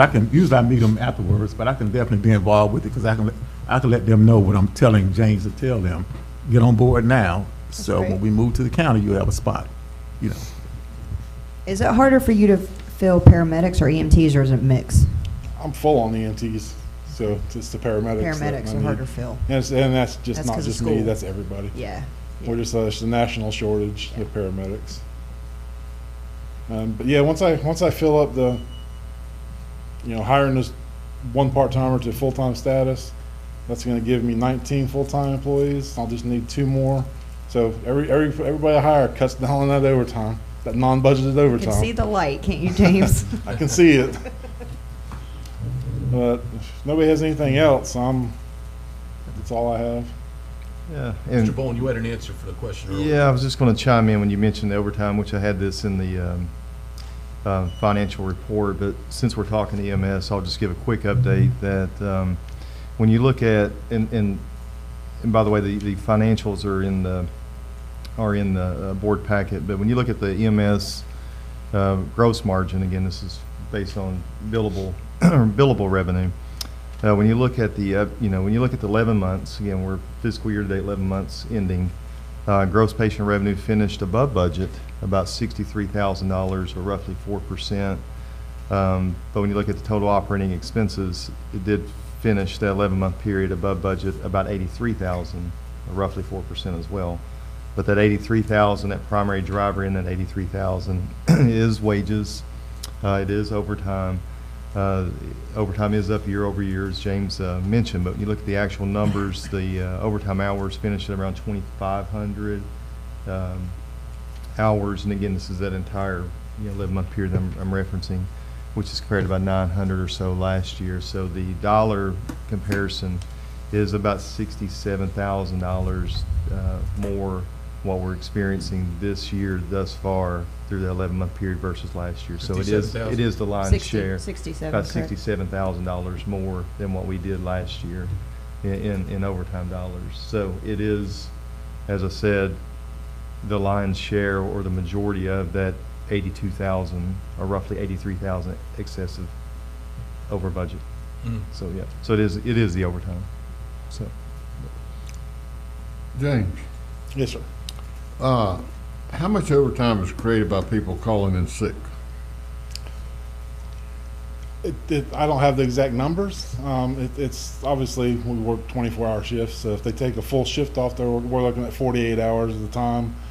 I do have that listed on my computer. I document all that, but I don't have it here right now. Right. But sometimes there's very little, and sometimes there's, it's obviously this time I'm looking at 1,100 hours. So when I start out, I'm starting out at I don't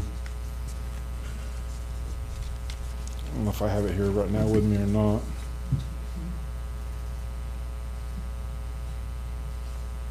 Basically, I'm starting out at almost 600 and some odd hours, just because I don't have those are I understand vacant. that. Those are just Gotcha. vacant, and then with the 1,100, so that's X amount. So that's another 400 or so hours that they've taken off, because vacation or sick or I whatever. understand vacation and stuff. We don't see the problem is too, and I tried to figure on this one time, because I've worked a lot of staffing like this. But we don't have any relief factor in our staffing. Of course, if you put relief factor, I know, I can tell you right now, for a 7-day post, 24-hour post, you got to have 1.573 bodies to account for the days off, and this is a 40-hour, job, but 1.573. So roughly, if you got one 7-day post here, which yours is, but it's 24 hours, then you got to have another half a man per on your staffing, but with a 24-hour thing, I don't know how to figure that and everything. I don't know how you do it. I've tried to figure it out.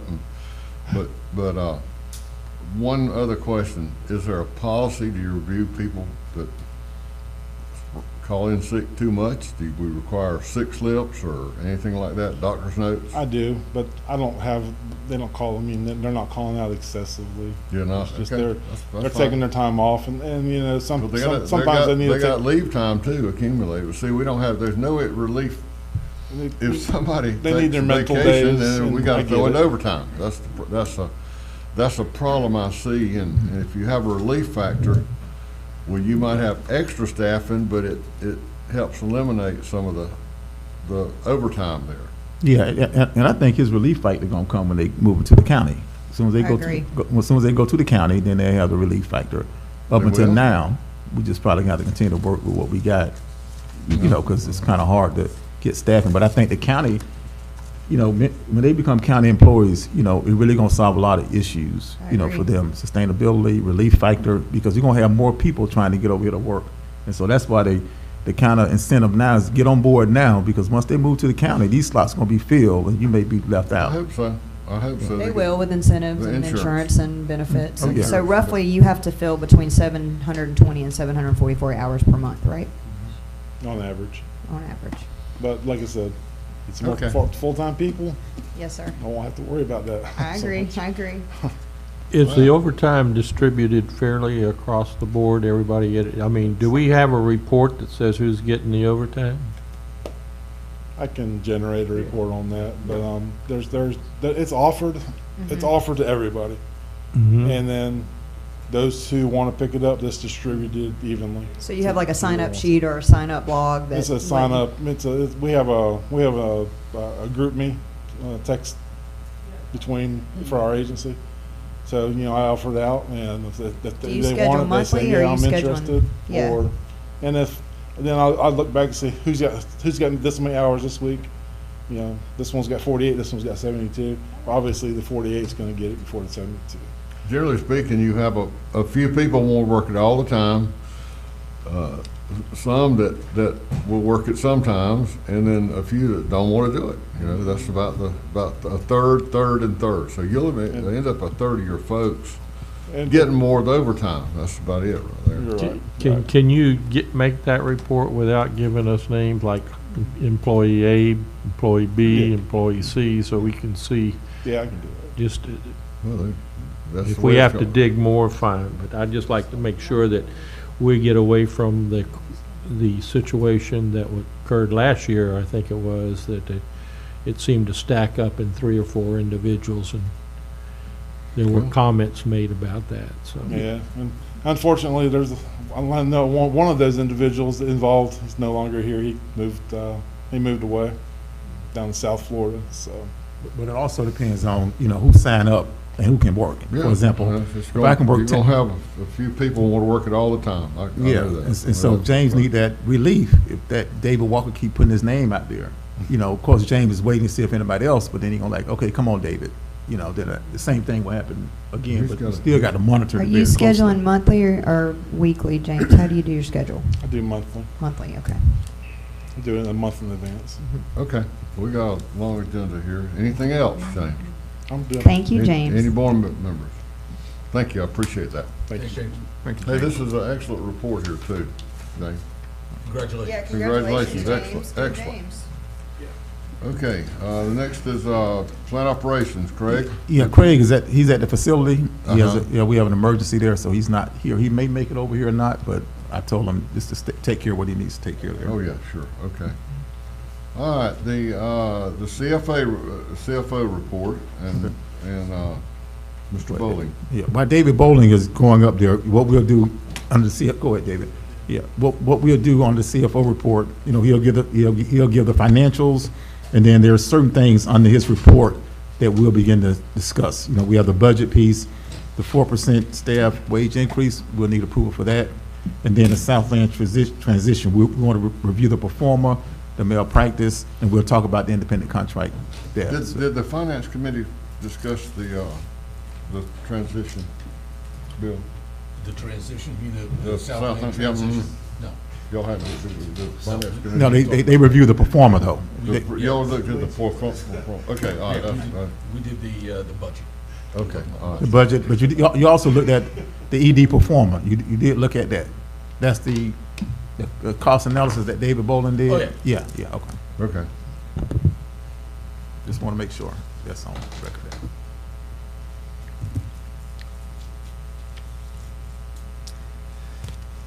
All right, so included in the packet, I'm going to talk about, you know, the financials and financial results through August 31st of 2025.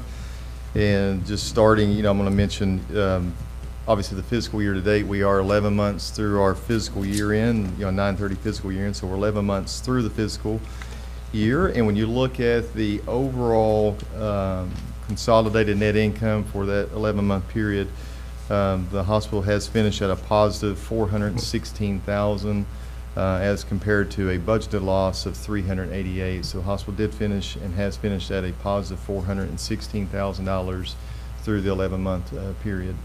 Kind of breaking down though and talking about August's month. When you look at the activity for August, the gross patient revenue, again, the chargeable services did finish just under $156,000 or 10% versus our budget. Inpatient revenues were up though, approximately $10,000 with acute patient days or inpatient stays. They were up 11 or roughly 69%. That revenue increase that we did experience on the inpatient side was primarily driven from our direct admits that we do receive through our emergency room. Our swing bed activity, though, for the month of August was down versus our budget and prior year. And I know that continues to be a focus, and we'll talk a little bit more about that when we discuss the 26 budget as well. But when you look at the hospital overall, average daily census, what stayed in our hospital on an average daily basis, including our observation patients, we did finish at just under 2, which is, you know, again, slightly down, or you can say in line, I guess is the best way of saying it, not necessarily down. Our budget was at 2, so it is very comparable to our budget. Outpatient revenues were down $174,000. I know we've discussed this previous months as well. You know, within outpatient is our ER activity. ER visits were down 43 or 9% versus budget. However, up 7 visits or 2% versus prior year. When you look at August alone, we did finish at 420 ER visits, which is, you know, considerably up when you look at it compared to our trailing 12-month run rate. Trailing 12-month run rate. When you look at that average over the past 12 months, our ER activity was 395 on average. So we did finish August at 420. So again, that is up versus that trailing periods.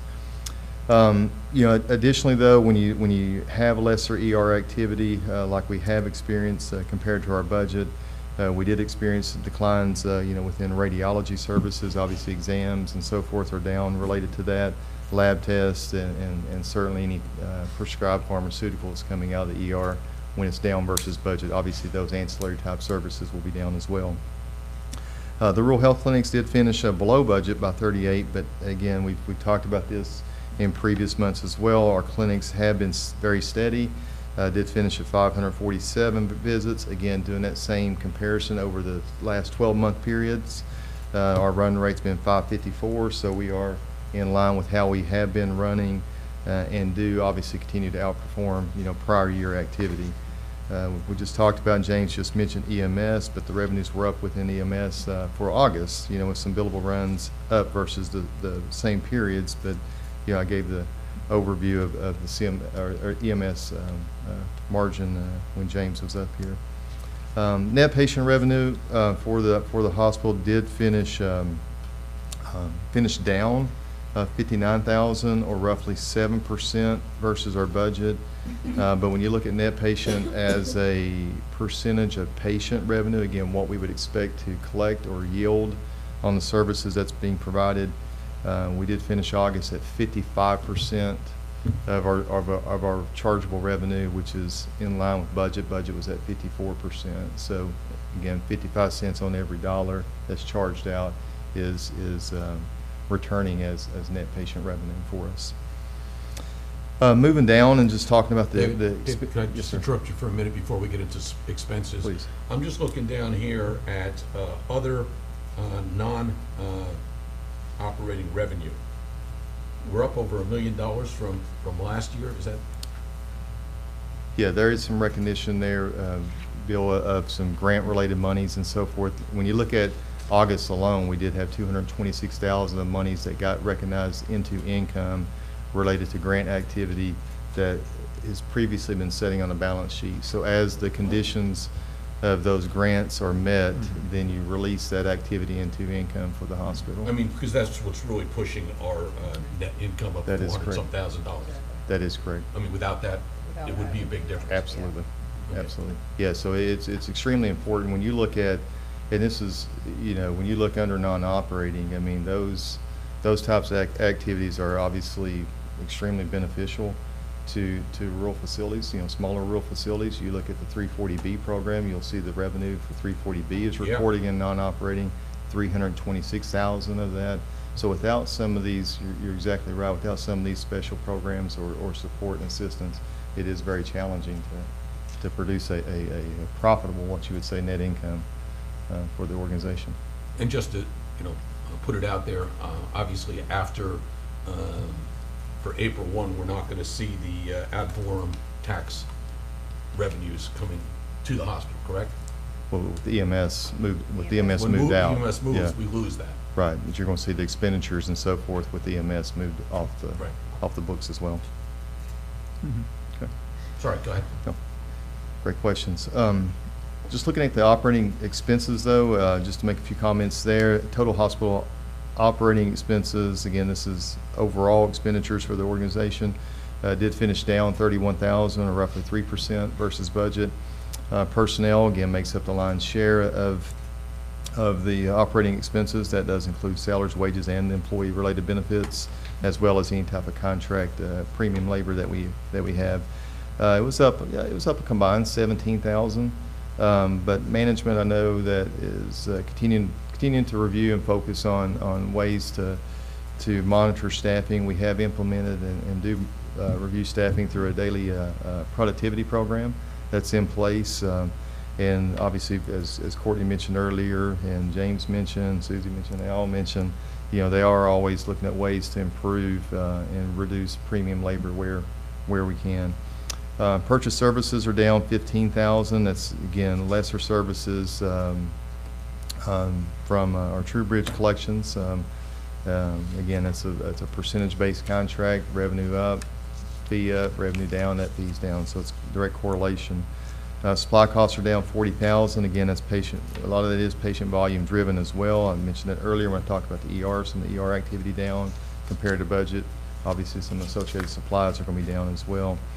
But when you look at how do we manage our supply expenditures as a percentage of what we collect from our revenue side of it, we're running at about 10% or so of what we collect, which again, from an industry standpoint, for this size of organization, it is in line with where we would expect.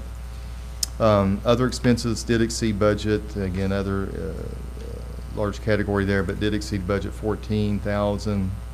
When I'm saying in excess of budget, the reason I'm pointing that out is, the insurance premiums, that we did receive, with the new policy renewal periods associated from the county. that did push us over our budget, what we had previously planned for the organization. So talking to the revenue expenses, when you look at August's month end alone, it did finish at a consolidated net income of $127,000 on a budgeted net loss of $87,000. Did exceed budget by $215,000. As Mr. Zester did point out, though, when you look at this month's net position, it does include the recognition of the grant income monies of roughly $226,000 that was taken into income because those related grants, the conditions of those related grants were met, so moved from balance sheet, recognized as income during the month of August.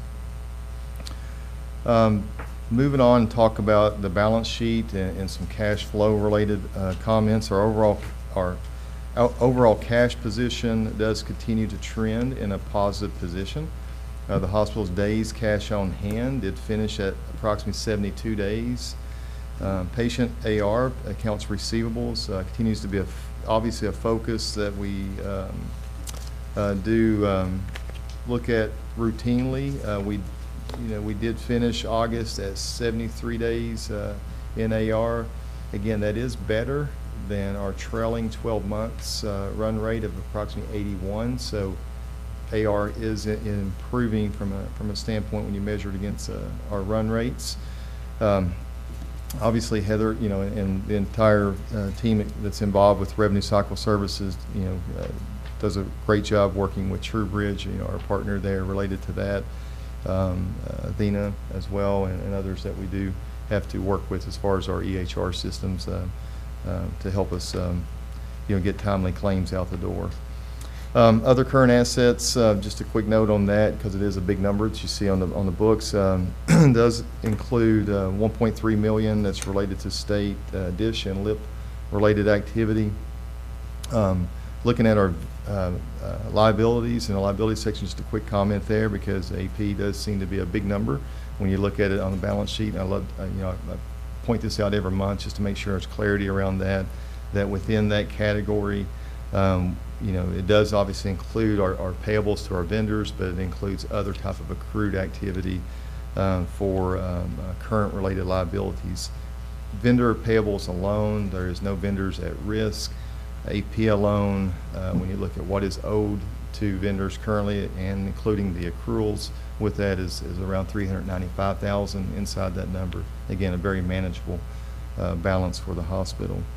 But what is recorded in addition to that in that category still includes, deferred activity, deferred revenue activity related to grants and receivables that we have there, and that's roughly 564. And then in addition, we have approximately 1.2 million that's sitting in there related to our fiscal year 23 dish lip payback, and we may see some movement of that liability, as a matter of fact, next month or before the audit is closed out, as we are getting notifications now of the audit process related to that program.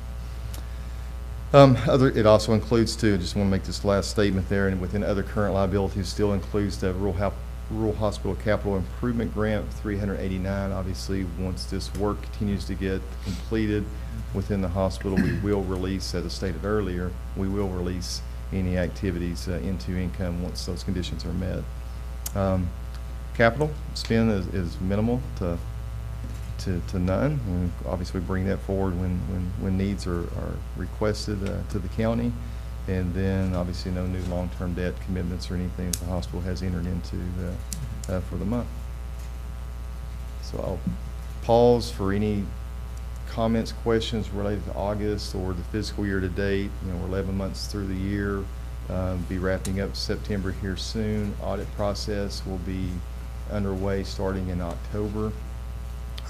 And we'll continue to use Carr Riggs and Ingram, the group that you guys are familiar with seeing previously. They'll start their process, start their audit work in October, and we hope to have an improved audit from what we have throughout the previous years. So we can finish up strong in September. We could finish up with a surplus, the budget positive for the end of fiscal year in 2025. So Yeah. So it'd be interesting to see what the budget, the funds will look like, the dollars will look like for the month of September, you know, how are we trending in that area? And so we may finish strong, because we were $400,000 to the good for the month of August, year to date, right? Yeah, yeah, when you look at, and again, within the packet, and I know the font is pretty small, but you look at the financial indicators and the other key metrics that's on that one dashboard. Again, I mean, you can see year over year over year over year, the total cash position of the hospital has improved. David, Some of that is related to some grant activities and so forth. Kind of a high benchmark for a rural hospital is, we're on the high end at what, 72 days? 72 days That's- is, yeah. I mean, it'd be great to get 90, but 72 is 72 is great, yeah. I mean, that's, yeah. yeah, absolutely. I mean, we've seen. I mean, Always concerned about cash. Yeah. Well, we've seen 6 days, you know, from the You gotta- hospital, you on the gotta hospital pay the board. bills, yeah. But one of the things too, you know, as we look at, you know, as David, as we go down the list, and look at the physicians, you know, transition, for the first 2 months, I think of that transition, our cash probably would take a hit because of, the billing, you know, getting the billing, everything in place with that, you know, because usually when you start billing, sometimes it takes a month or two, you know, for things to kick in. So, you know, the cash, I think, now that's just me, I think the cash Well, position would be, may come a little lower. What you think, yeah, David? can be, and today. Can be. I'm Well, just- how do you handle that billings that are already out there and are being worked in this transition? Do we? It's well, the current model that's in place, you know, we don't bill the professional component. You know, the ER group does their own billing. So any of those outstanding receivables that's out there, that's theirs basically, right? Because it's their responsibility, their claims and so forth. They will continue to follow up on. That's not the hospital's responsibility and or monies to seek. So once they are brought on board, then our staff has to start processing their. That's correct. Yes, That sir. is correct. And those Now- associated billings, and to David's point, I know we had the pro forma there in front of us. It's roughly, as you can see, the income or the expected collections related to that is roughly around 40,000 or so per month in expected collections on our current volumes that we're experiencing within our ER. So our collections would be 40,000. That's what David's referencing. Could be slightly at risk upon the transition, because obviously the cash outflow, you know, you got to pay the providers, and but fortunately we'll, you know, here I know the team's in front of it. They're working on the credentialing process as we speak, and looking to get that as smooth as possible. But we are, as we've, you know, David mentioned and others have mentioned, we are somewhat at the mercy of some of the insurances. So getting those turned around to us pretty quickly, you know, obviously Medicare, the governmental based groups, you know, they'll move at their speed. But again, I wouldn't expect long delays related to that side of it as much as potentially on the insurance based side. Yeah. But fortunately for us, again, a few providers, not a significant amount of providers to get credentialed, but that can interrupt some cash flow just for that professional related service. Yeah, and Health is here also, and so we build the technical side, you know, Yeah, already. So we're doing physician billing ED billing already. It's just the professional fee part of that we're not. Although we do collect the paperwork, all that stuff for the professional fee, and send that to Southland. So is that right, Heather? Yeah. So so we got all of it anyway. It's just that now we'll be billing on our own for it. Right. You know, so, and this is, as we move from this conversation, and David can talk about the performer in a minute, you know, I'm just letting the board know, so when we look at the financials in maybe December, and November may be kind of low, we'll know where that's coming from a little bit. Okay, I took from your statement just now that we are currently doing the billing for these doctors? No, we're currently doing our ED billing, emergency department billing for the hospital. Which are not these doctors that are Correct. part of Southland. Yeah, because Southland does their own professional fees already, their billing already, but we do get the paperwork internally. And part of the billing for Southland that they need our paperwork for, we do send that to them for their billing. So we don't have to do that. No, we don't have to do that. So now that'll be internally, we'll just keep that professional fee document billing piece. We'll Okay. keep that internally and bill that ourselves. Can you answer this question? We rely heavily on swing beds to be used. In our report today, it said all discharges, it said 3 swing bed patients are being discharged today. All discharges were by patient choice and were offered continued services. What does that statement mean? I guess that's from our mid-staff minutes? It is, he's looking at your Okay. message. Yeah, so I saw that in our mid-staff minutes. Well, without discussing the patients and the patient care, they were all pleased with their care and left and were finished with their care based on their needs for physical, occupational, or speech therapy or their insurance and the care provided to them. It's not like they all, when you read that, it kind of sounds like they all just wanted to leave. That's not the case. They met their If plateau. if you look at the numbers for swing bed, you'll see when you get that the numbers are going to be very much up for that month, for September, because 2 of them have been there for quite some time. Okay, which leads to the last question, and that is, we know that we have got to put more pressure on trying to get more swing bed patients. What have we been doing proactively in that area? Okay. So we've got a nurse, as I stated before, that travels because we don't have a swing bed coordinator anymore. So I've taken over that, which is not anything I can't do except for the travel days. Travel days take me away from the hospital, away from a desk for a while. So we have a nurse that's been doing that.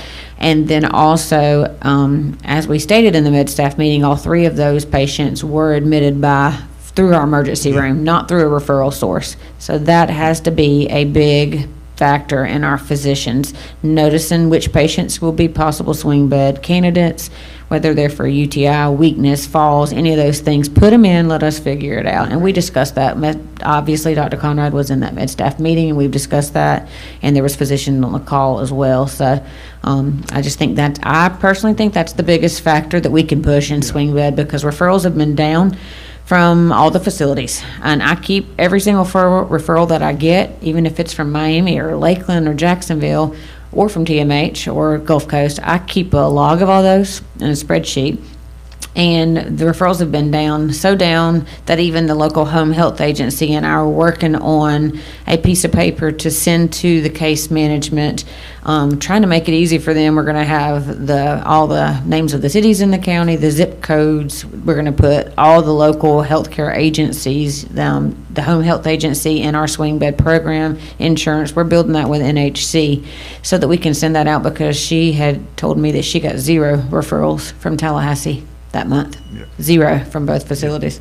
And, So, and what I told Courtney and Dr. Conrad, as well as one of the physicians, our strategy is billing now our swing bed program through our ED system, like we did years ago when we had a high level of volume. We'll continue to contact the hospitals in Tallahassee and Panama City. Don't get me wrong, but our focus got to be on the ED. Because usually our volumes, that's what have been happening in the past. I know Kozar want to say something. Duffy, I think Kozar want to say something. Quick question, Courtney. An example, we have a patient this comes in on the ambulance, and he has to be then transported on to TMH or wherever. And do we flag that as a possible swing bed candidate? You'll pretty well know when. Do we Yes. flag it and follow up with We that do. individual? Do we? Okay, I figured that. So there's a transfer log. Every patient that's transferred through our emergency room, there's a transfer log. The nurses have to make copies of that. I have to do a quarterly report on the emergency department transfers that I have to submit to the state, all this stuff. So those are logged, and I go through that and I look at it and see. I also have nurses that are great. I had one on my desk like a week and a half ago saying, "Hey, I think this will be a good swing bed candidate." They put it in my box. I called about that patient. And then James, when he can, or because we see, obviously, he sees patients that we never see. If they have a hip fracture and the paramedic knows it's a hip fracture, they're not going to bring them to Weems for a delay of care. They're going to take them straight to ortho. And James is good about letting me know those names of patients that may never hit the doors of Weems, but yet were transferred out of our county and are local citizens. Well, yeah, what I'm thinking, if they go to TMH and they have swing bed, then they're gonna get assigned to a case manager, and then the case manager's gonna get them going somewhere as quick as they can, and it's potentially not us. So That's right. We need to be right ahead of the case manager, I guess. I'm Right, not which sure. is why we're going to work and try to make an easy thing that they can post with our zip codes, or, you know, so they can hopefully start to recognize that a little bit more. And we've already recognized this case management week is, I think, middle of October, the week of like the 15th or something, and I already have one of our nurses is going to make visits to all 4 facilities to take them goodies because it's case management week and recognize that. So hopefully that'll help. Okay.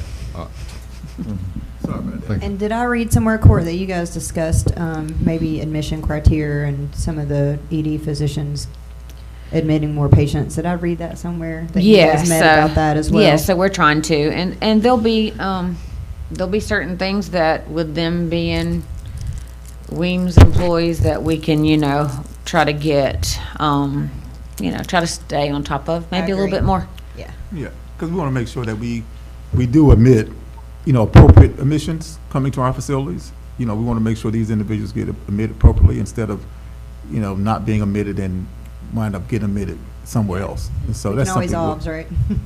Yeah, you can obs anybody. We can obs anybody. Almost That anybody. happens very seldom.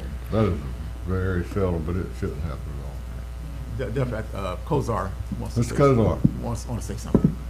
Yeah, and I apologize, but I was going back to the comments that were made on the billing for the ER physicians. One little bit of relief that we will have is currently the physicians are getting paid on the 15th of every month following the month that they worked. So Southland will be responsible for the physicians' salaries up until October 1st. So we technically will not have to make our first payment for the physician payments for their services until November 15th, which will give us about 45 days to help on the getting more of the insurances aligned with the payments for the professional fees. I just wanted to make that comment. Okay, good. So, good, very good. Thank you. Sorry about going all around on that end, but all right. So under David Bolin, we have three things. Now he can talk about the budget. Or we can go into Southland transition now.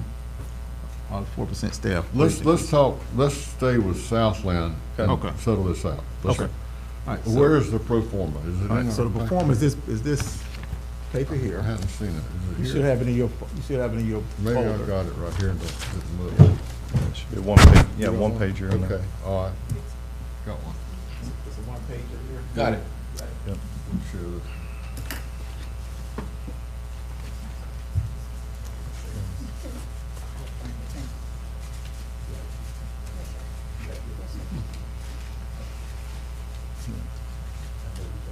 I got it, I've already been through it. All right, David, go ahead. All right, so everyone, I think, has a copy. Everyone's got that, David? David, is everybody does it? Okay, perfect. So what we were able to, again, pull together as it relates to this transition of bringing these providers under the responsibility of the hospital to contract with them, we pulled together, a pro forma related to this transition. At the top there, you'll see, again, the net professional collections. And this is what I was referencing earlier. This is the anticipated collections that we would expect to receive on the billing of the professional component for these ER providers. And where do we got these numbers from, or got these, the history of these numbers from the current group. So we were able to get Southland to provide us, what their historical collections percentage has been, what their historical rates have been, and what have you. So we relied on information that was provided through them to base what we would anticipate here on our same volume of business that we're providing today to receive for these providers. And again, these are annual numbers. Moving down, when you look at the provider compensation related to this transition as well, we were able to work with Southland to identify the providers, each of the providers' comp, and factored in what that would be for our organization as well by bringing those providers over to the hospital at the same rate they're currently earning through Southland, and bring them over as a smooth transition under Weems's contracts, or Weems contract, at that same level and rate of pay. So you'll see that is what we will be paying for the provider coverage 24/7, or at this hospital, 365. So again, brought that straight over. So collections, then you got provider comp, a few other expenditures that the hospital is going to have to bring on is going to be malpractice for these providers as well. And what we have placed here, and it's termed incremental, so we obviously do have a professional liability insurance today for the hospital, but by bringing these providers under the hospital's policy, there will be an incremental increase to that current coverage. Now, we have placed $132,000. We actually worked through this on Friday, and as recently as yesterday, some conversations.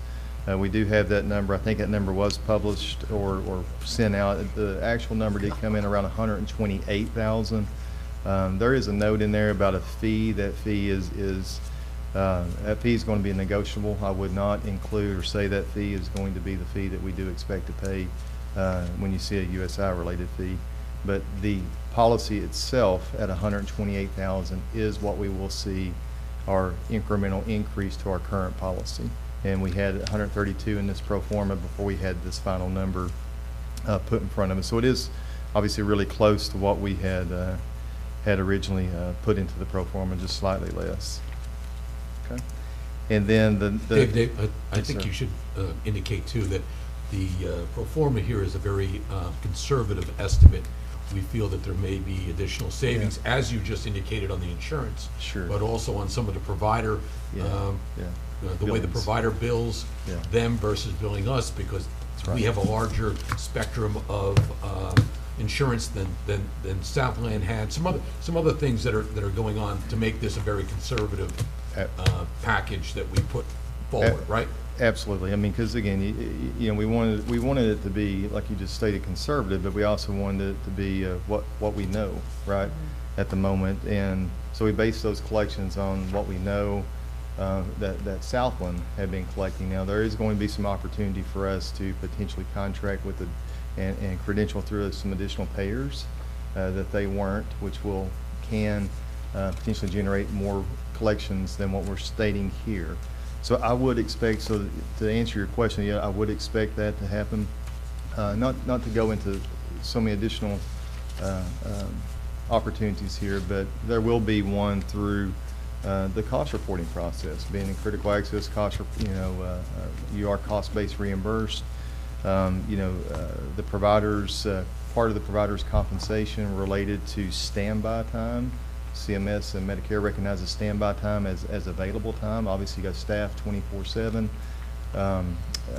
You're not seeing patients 24/7, so you do have some availability time with the provider there.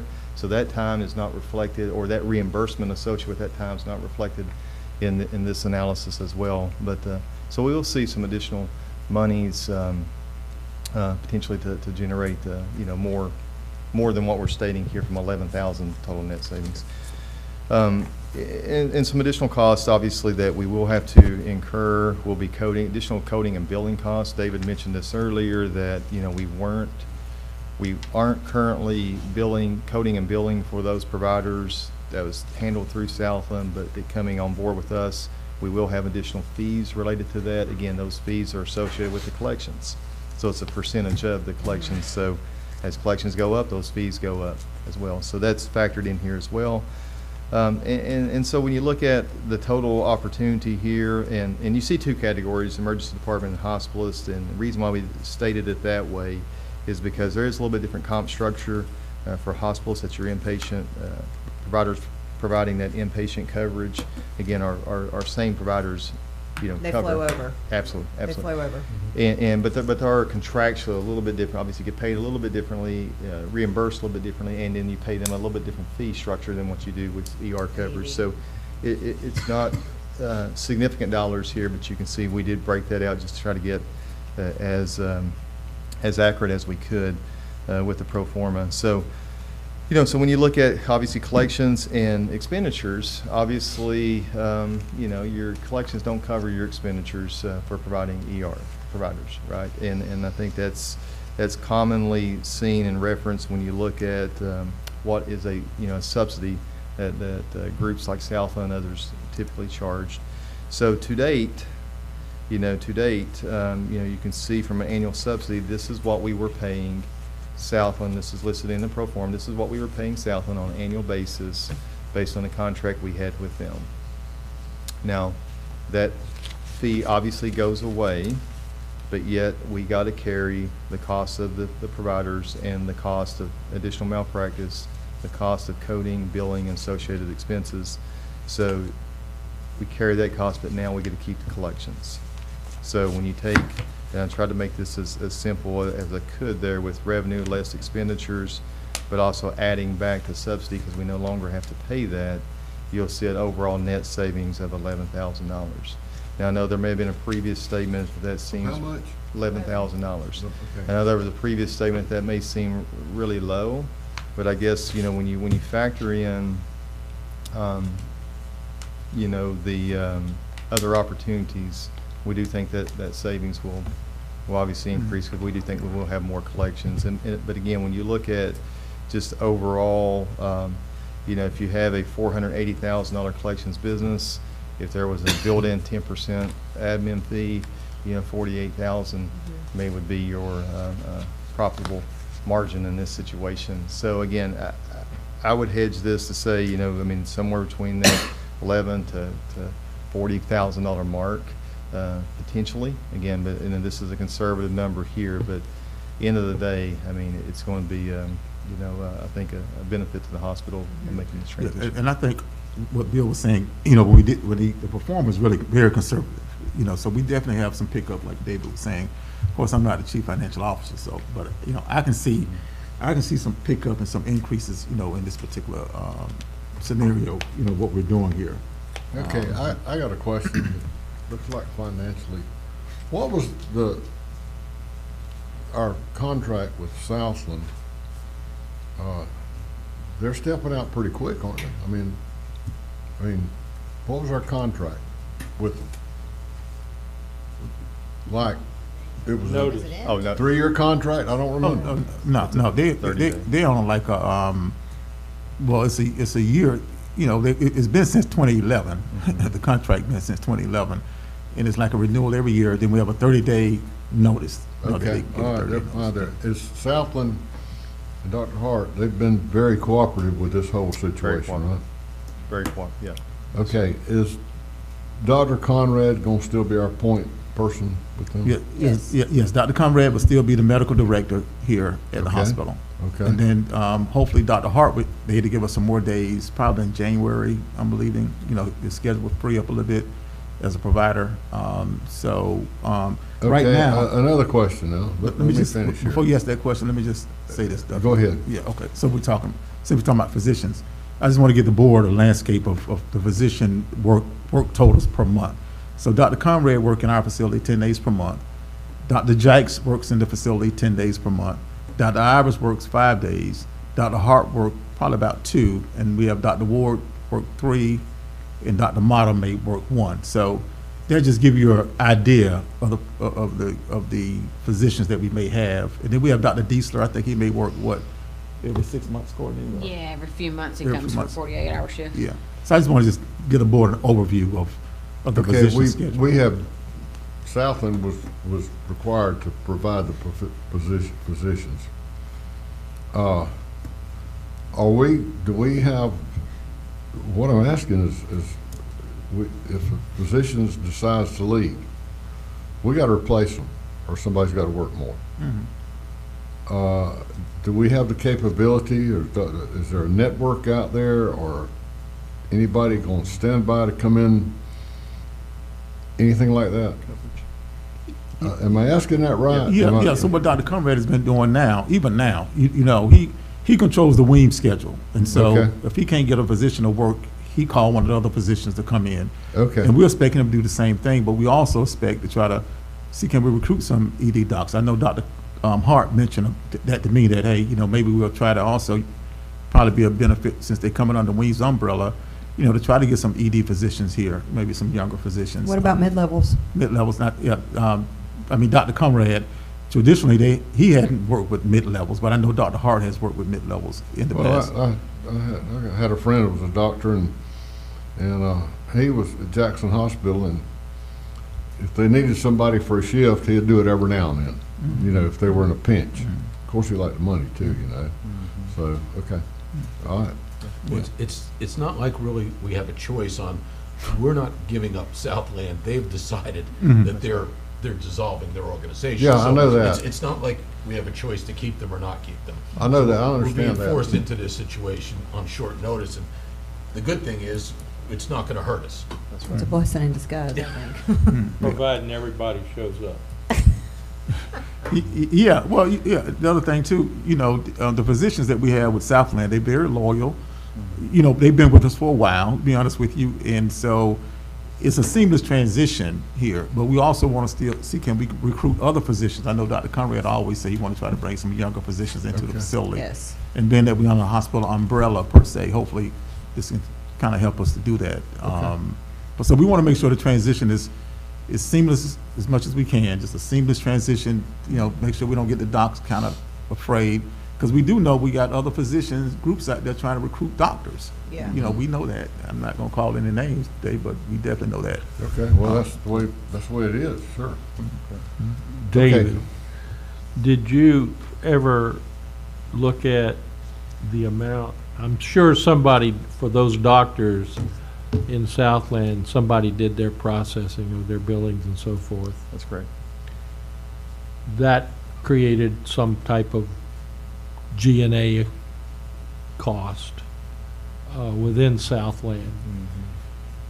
Did you look at that number by any chance, that it was took to do those billings, as opposed to how much it's going to being shifted it over to TrueBridge now? I guess it'll go to them and our people. Sure.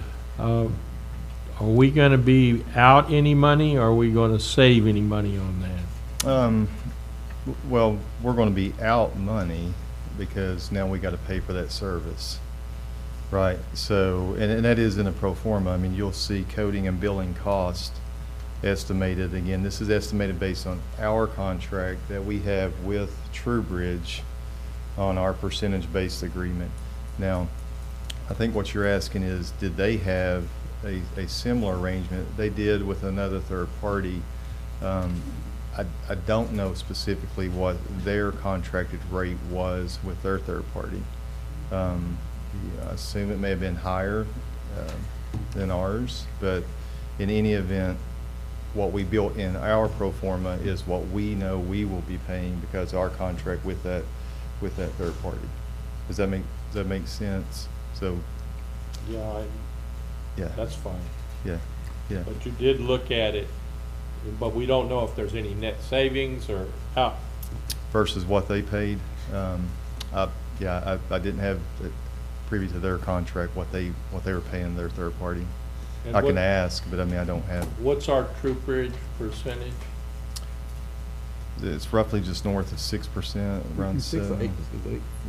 8.13. 8.1% on all of that they get, that we get back. But if you collect more money, like Yeah. it's a threshold. Say if they're collecting $12 million, that that percentage goes down. The 15 million goes down to 6, so it's a threshold. It's a tier-based. Goes down for everybody, for the Yeah, whole organization. Yeah, Right.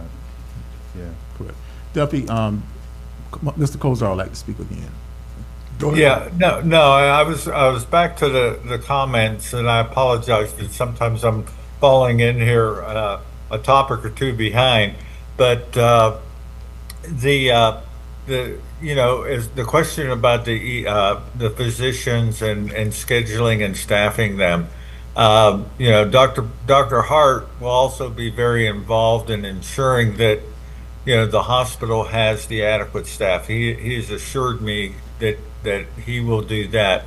And even and to the fact, over the weekend, he and I were having conversations with Dr. Mata, and Dr. Mata actually wants to pick up more shifts, as well as Dr. Hart wants to pick up more shifts at Weems. So, we have that ability, and I just wanted to address that question as far as being able to have staff to cover. I feel very confident with Dr. Hart wanting to pull up more shifts, but both Dr. Mata, that we shouldn't have any issues moving forward.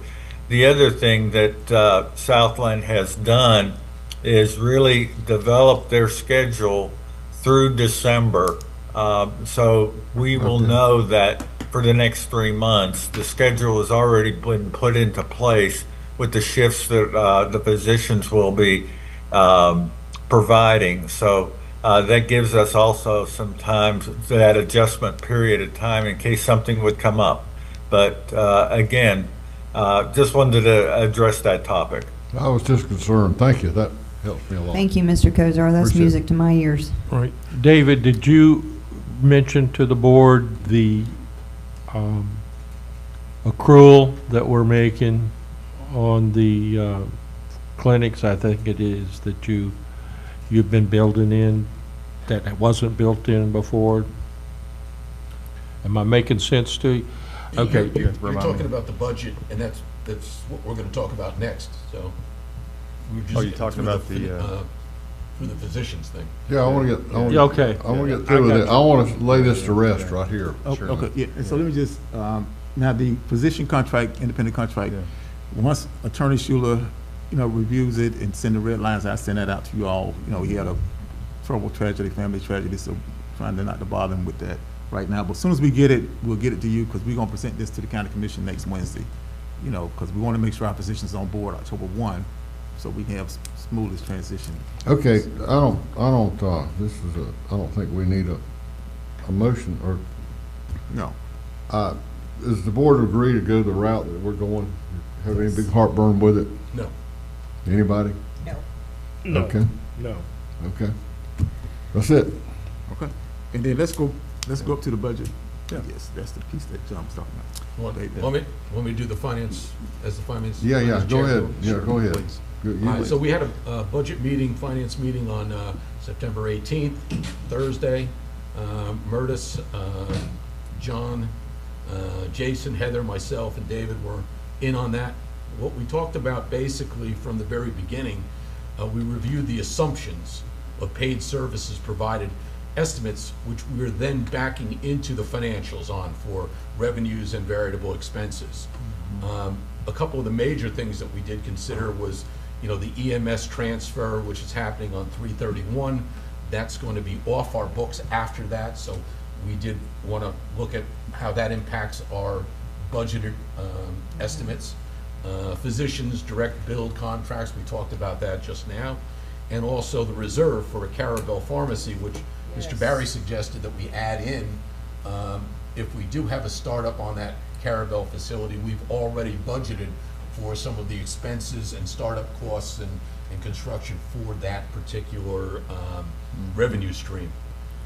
Those were the majors. If you look at the statement that we all, and everybody probably has one of these, which is the budget. If you look at the very bottom, some of the assumptions, I may need stronger glasses to read them, but we estimated an increased 8% increase for acute days. We added 55% increase in swing beds. These are the assumptions that we used on patient services, which will then translate into revenues and expenses based on our assumptions. 3% increase in ED visits, 4% increase in outpatient visits, 46% decrease with EMS running off on 331, 10% overall decrease in salary and benefits due to EMS running off, 22% increase in professional fees due to ER professional billing and contracting directly with physicians, 17% increase for dues, subscriptions, variables per increase in acute and swing beds utilizations. We had some other non-operating revenue costs that we put in there, and adjusted ER professional billing as well. And then Jason took those assumptions basically and transferred them into costs and revenues for those services provided, and that's what you see on the big part of the sheet up above. And is Jason here with us today, or is, Yes, he's on. Jason, are you with us? He is. All right. David, you want to go through some of those numbers? Sure, yeah, well, and Bill, thank you for, summarizing, basically that, but you do see, it should be in your packet, I mean, there, as he just outlined, what we would like to present to the board, for the fiscal year 2026 budget. Obviously there's a lot of growth that we are projecting and forecasting into the 2026 budget. Bill just outlined that very well, that, we're, one of the strong strategies that we are looking at is a swing bed program. One of our plans as far as continuing to provide transparency around the data is we are developing a swing bed performance dashboard, and we do anticipate circulating that dashboard every month in this setting. That way the board can see. And that dashboard will obviously have key metrics on there related to volumes, but also the initiatives and so forth. And I know Courtney touched on several there earlier when she was talking about swing bed referrals and what have you. But that 55% projection in swing bed days, that is approximately about 14 additional admissions. I know 55 seems to be a big number when you say the percentage base, but it's about 14 additional admissions for the hospital. We do think that is certainly achievable here. And that's a lot, 55% increase in days. 55% with 14. But only 14 more people. Right, 14 Well, patients. I know, That's 55%. okay, I Yep. got you. Yep. That should tell you how lucrative swing beds You're are. right, you're right. Yeah, and again, it's a strong focus here, and certainly a patient need, community need, and financial need as well. So, but again, so our forecasting, projecting some inpatient and swing bed growth. Emergency department, again, looking back at trends and looking back where we were and looking back, looking where we are and seeing some of that uptick, as I mentioned earlier, compared to what we have been trailing. We do think a 3% is and can be achievable, given our population and so forth, what we could expect to receive. Outpatient, again, a lot of focus there. Obviously, outpatient associated with our clinic continuing to outperform year over year like they have been, and again focused with the new radiology and so forth that we're with the CT scanner and so forth that we're putting in. So you do thinking within radiology, again, the ER is going to drive some of that traffic up on our imaging services, then some of the other outpatient alone needs for and physician referral for needs for our outpatient radiology services. So we have factored that in related to the new machine. So when you look at the overall, and again, or other areas that Bill, you mentioned this as well, we did factor in transitioning the EMS off the books effective April the 1st, and all associated revenues and expenditures that will follow with that have been removed out of our budget. I think this is what John was referencing earlier as well. We did factor in that retail pharmacy launch over in the Carabel Clinic. We utilized the And what we built into the budget was based on the previous pro forma that was done. Now, we are refreshing those numbers. Actually, Jason Prokopik, the individual you met earlier, is helping to refresh those numbers for us because that was done a couple years back.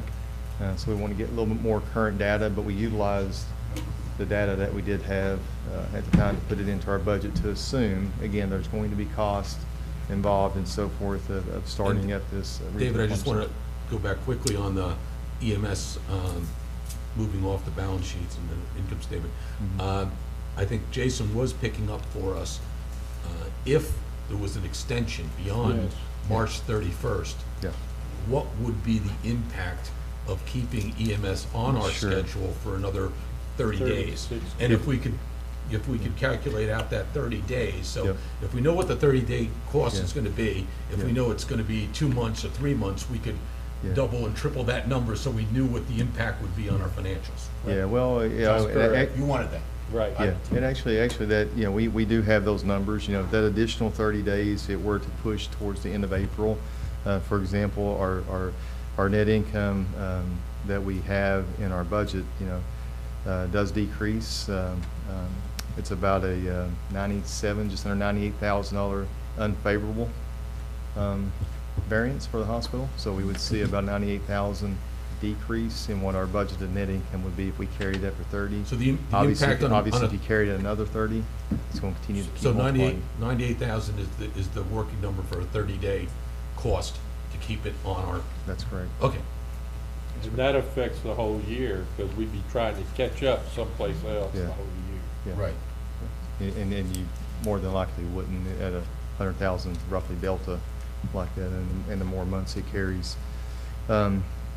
So yeah, so thank you for pointing that. That is in there. So our you know our base budget, if you look at it from the standpoint of what we are forecasting and putting in front of the board, is a favorable net impact of $190,000.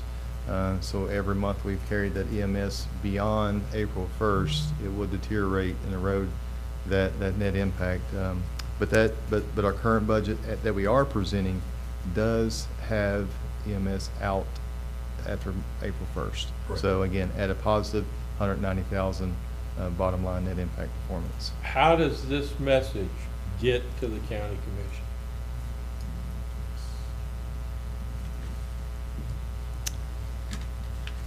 What You mean the message? budget Yeah. overall? Yeah, or- We're no, live. We're the live budget, now. but more so, Yeah. delay in time Yeah. affects us. Well, we're just going to charge the county $98,000 a month. Yeah. You know, although, you know, I We'll mean, send them a bill. no, Sorry. Yeah.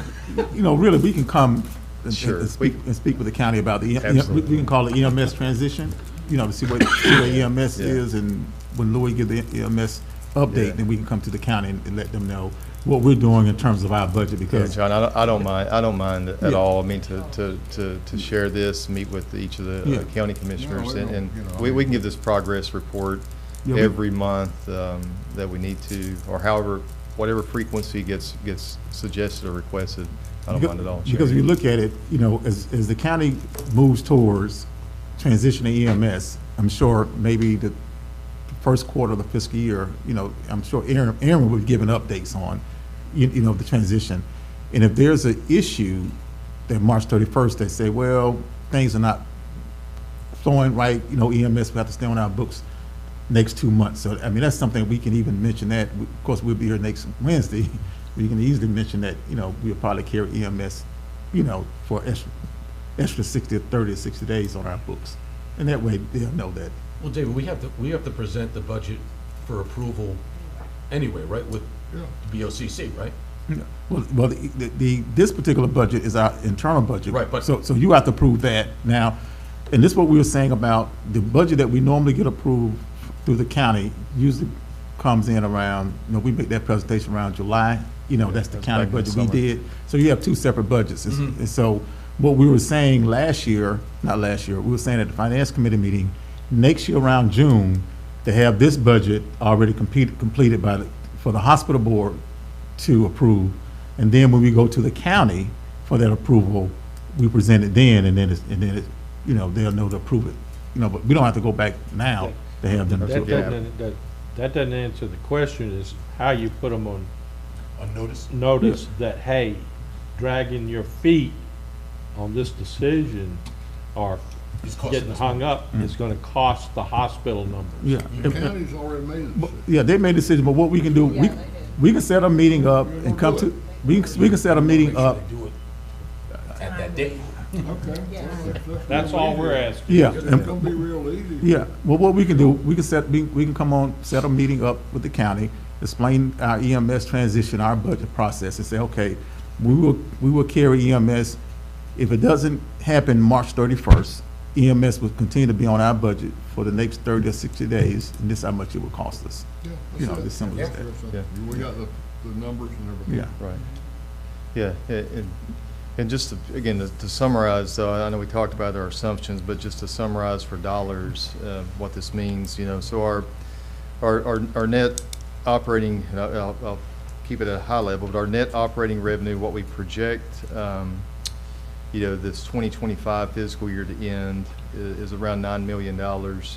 We are budgeting or forecasting our 2026 net operating revenue to be around 10.5 million. So about a 17% or so, or a pretty significant increase is what we're looking at, you know, versus, you know, about 1.5 million, I guess. If you David, want to is that summarize. factoring in the 4% raises?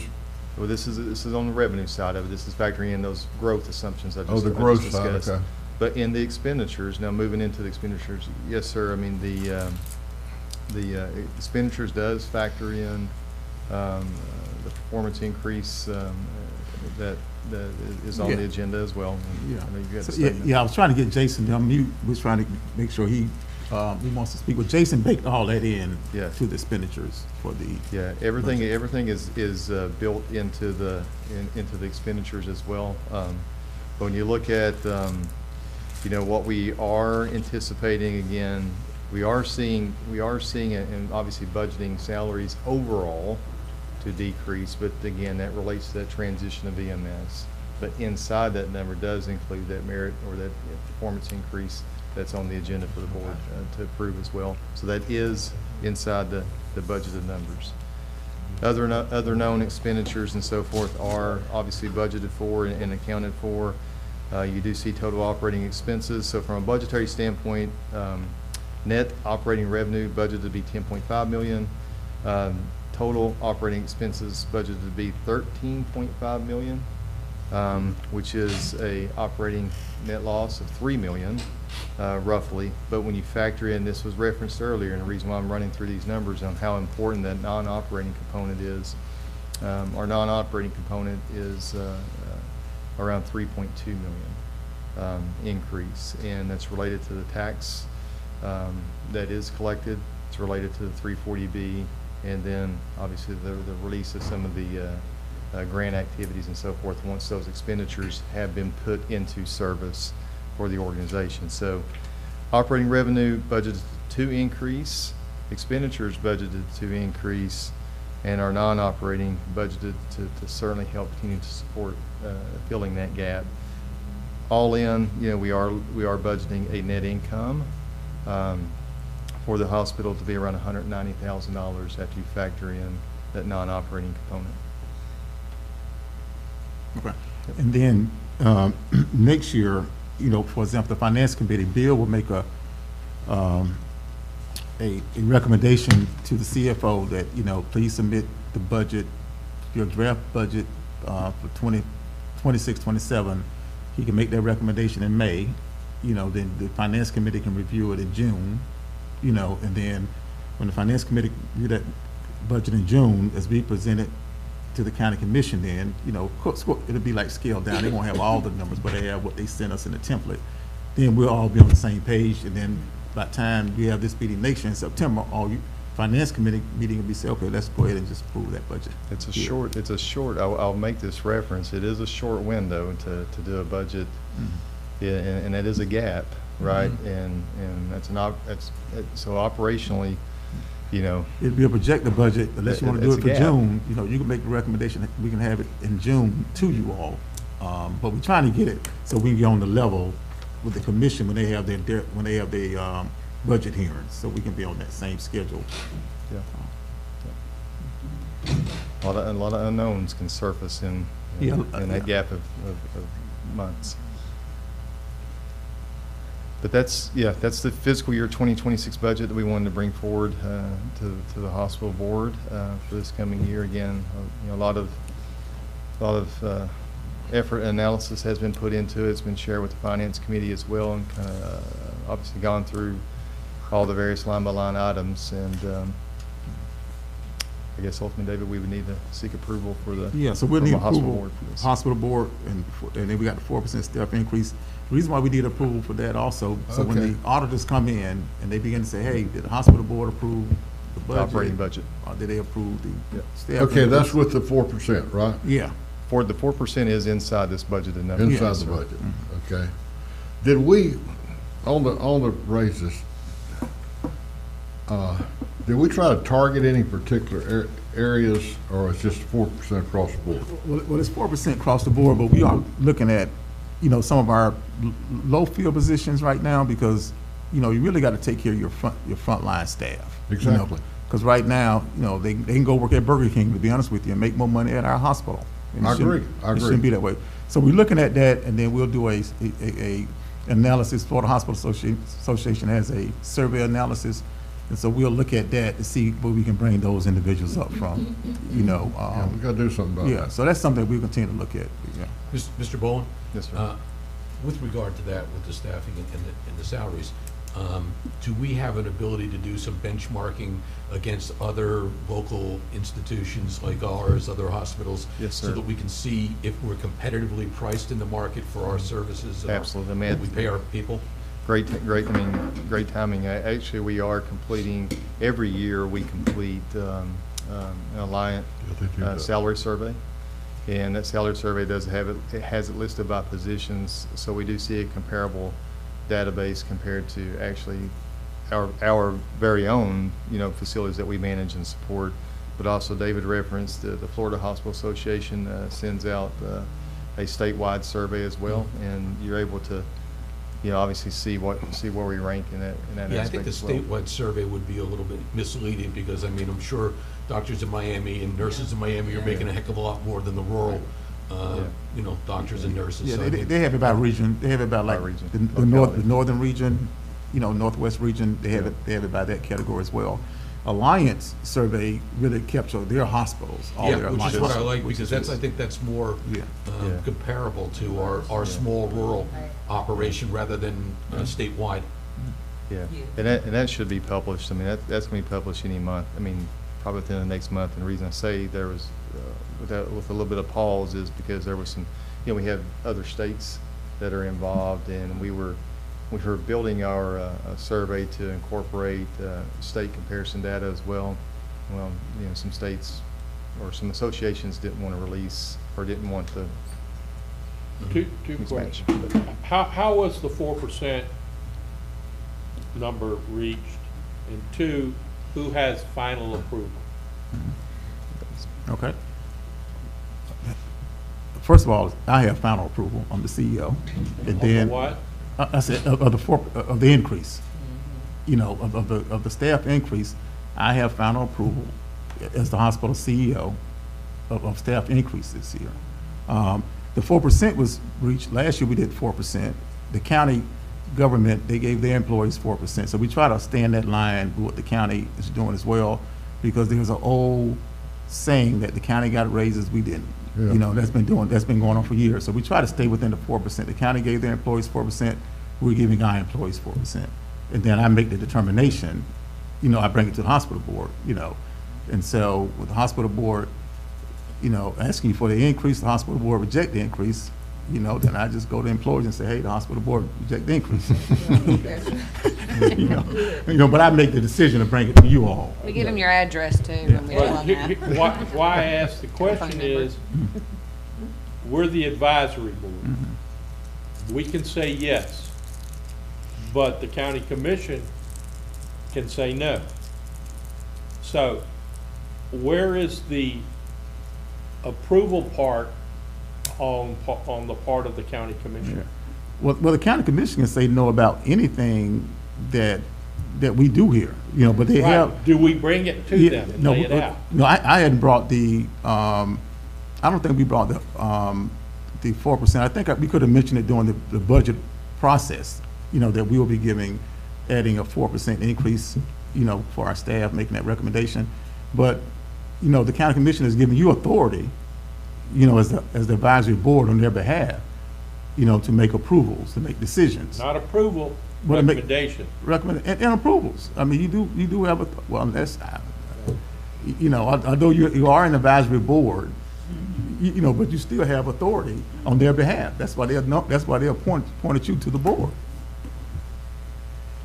You know, they appointed you to the board to make those decisions. We can always go back and have that conversation. We don't need to have the conversation. Yeah, the county You know, coordinator I is here. mean, you know, it is your decision to make, but generally speaking, historically, we've approved the raises and had, of course, we have input. And I don't know of anything we disapproved, we've discussed a lot. But one thing I still think we need to do,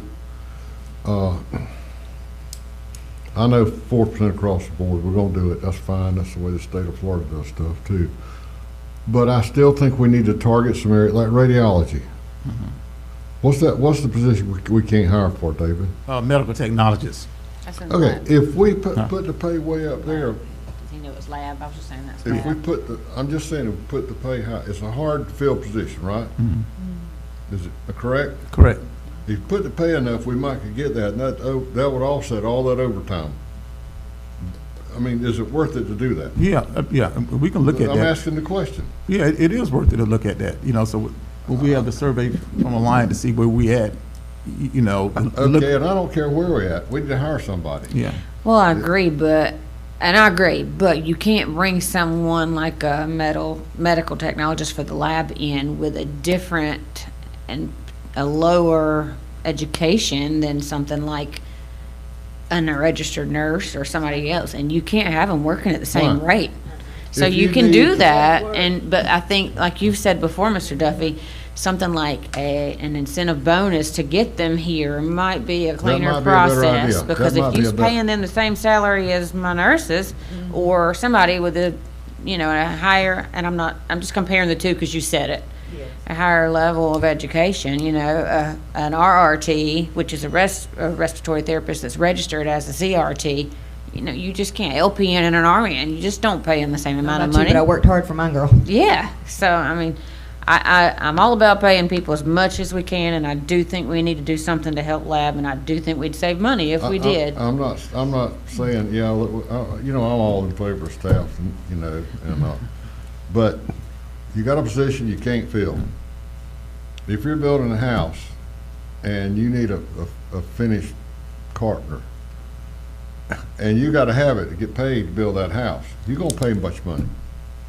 I mean, and that's what we're doing, and I think we need to, and I'm not saying be extravagant, maybe some kind of bonus, but I do think we need to Sweeten the pot. as much as we can without I agree. a bunch of people getting mad and pouting about it, okay? All those Thanks. employees have benefits, right, Court? Yes, but like if you're paying a carpenter more, your electrician might not know that you're paying your plumber more.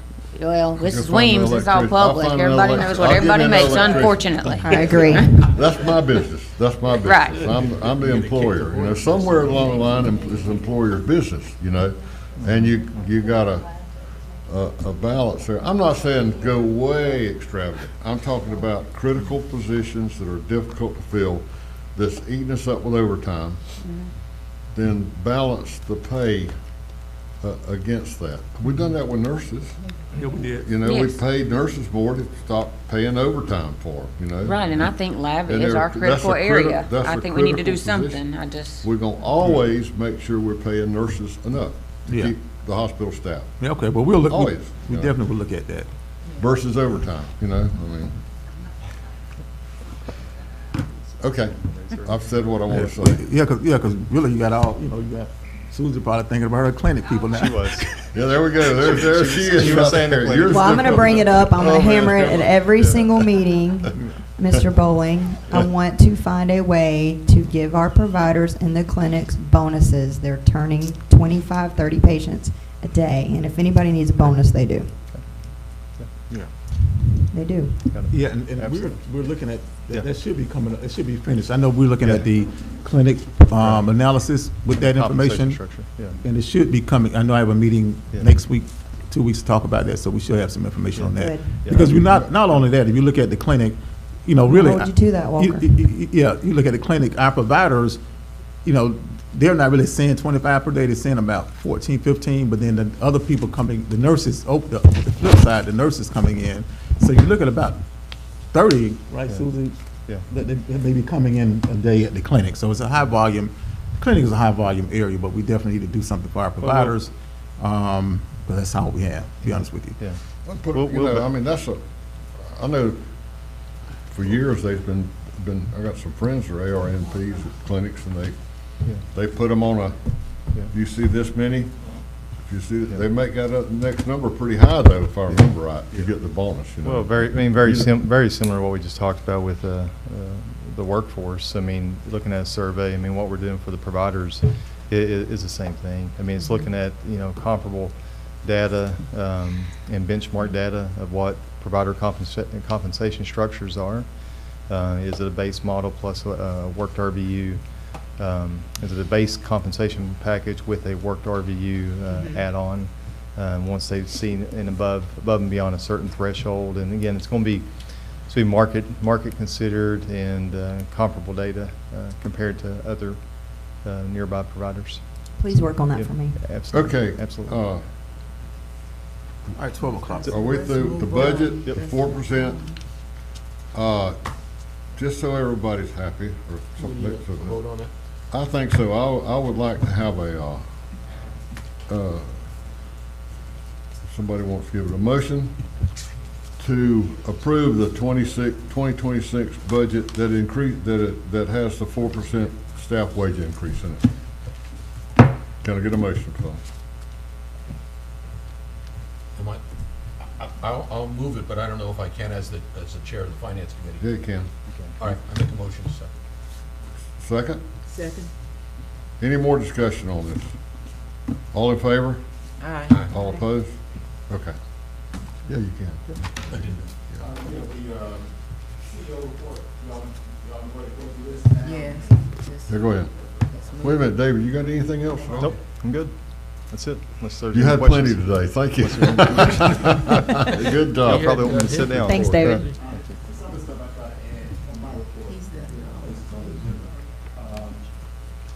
First, I want to report the election presentations. We already talked about that. Breast Cancer Awareness Month is next month. I would like, at the last board meeting, October 30th, that we can all wear pink and have a good Photoshop, photo op, not photo op. Do what now? Wear pink, You got a pink shirt. wear a pink shirt. Okay, Sorry about that. I wasn't on the mic. okay. October, Breast Cancer Awareness Month. We all need to wear pink on the last meeting of the month, and we'll send out a reminder too when we send the minutes out. You know, hey, wear pink, so we can do a photo op in support of Breast Cancer Awareness Month. We also have the Pink Out event. What day is that, Courtney? I believe it's October the 10th, I I think. think so. I think it's the first or second week in October. Yeah, I think it's Okay. the Friday night, the 10th. If Yeah, that anybody's sounds right. interested in going, let us know. Okay, yeah, that's the Pink Out event, so that's on the island as well. So we really want to support that area. The radiology agreement, let you know, Attorney Schuler is reviewing that as well. As soon as I get the red lines, I'll send that over to you, and then we'll get approval from the county commission, because that has a threshold amount. We already talked about the ED physician agreement. We'll be here at the county commission meeting on October 1 to talk about that agreement. Multiview, a proposal and agreement. So you should have that in your packet. The last board meeting, you know, the board asked, you know, hey, what's going on with the multi-view agreement?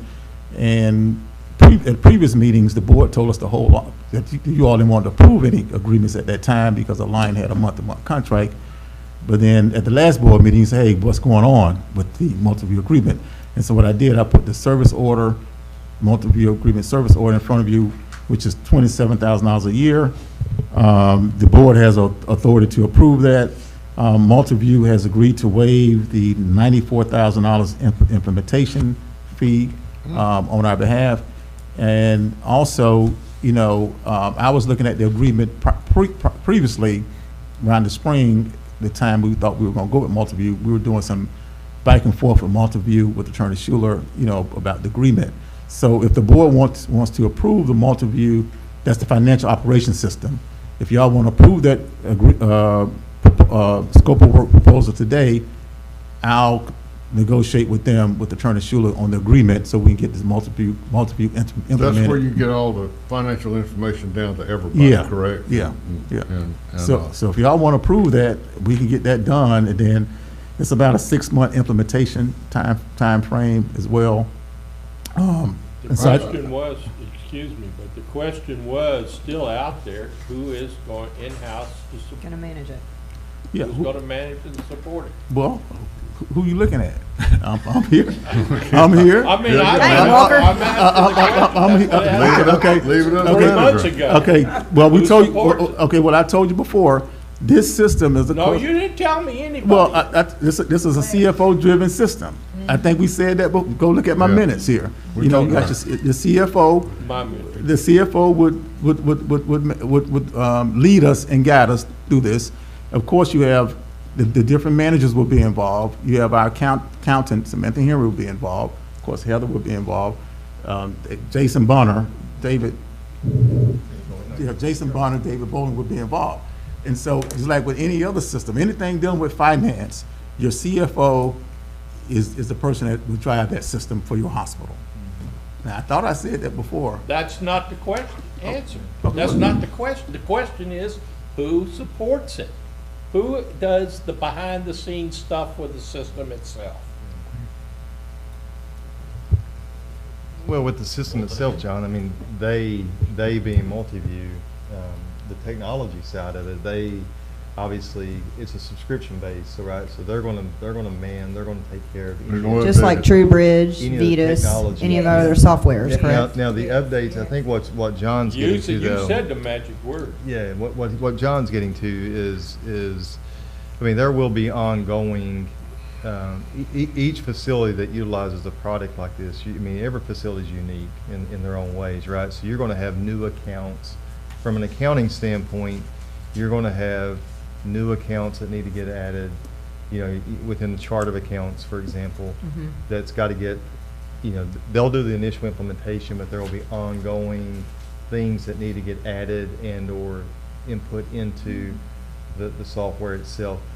Under the licensure standpoint, you will see there are 2 core accounting licenses that will be assigned here, and the end user, you know, here, that will hold those licenses will be the responsible party to do some updating to accounts or things of that nature.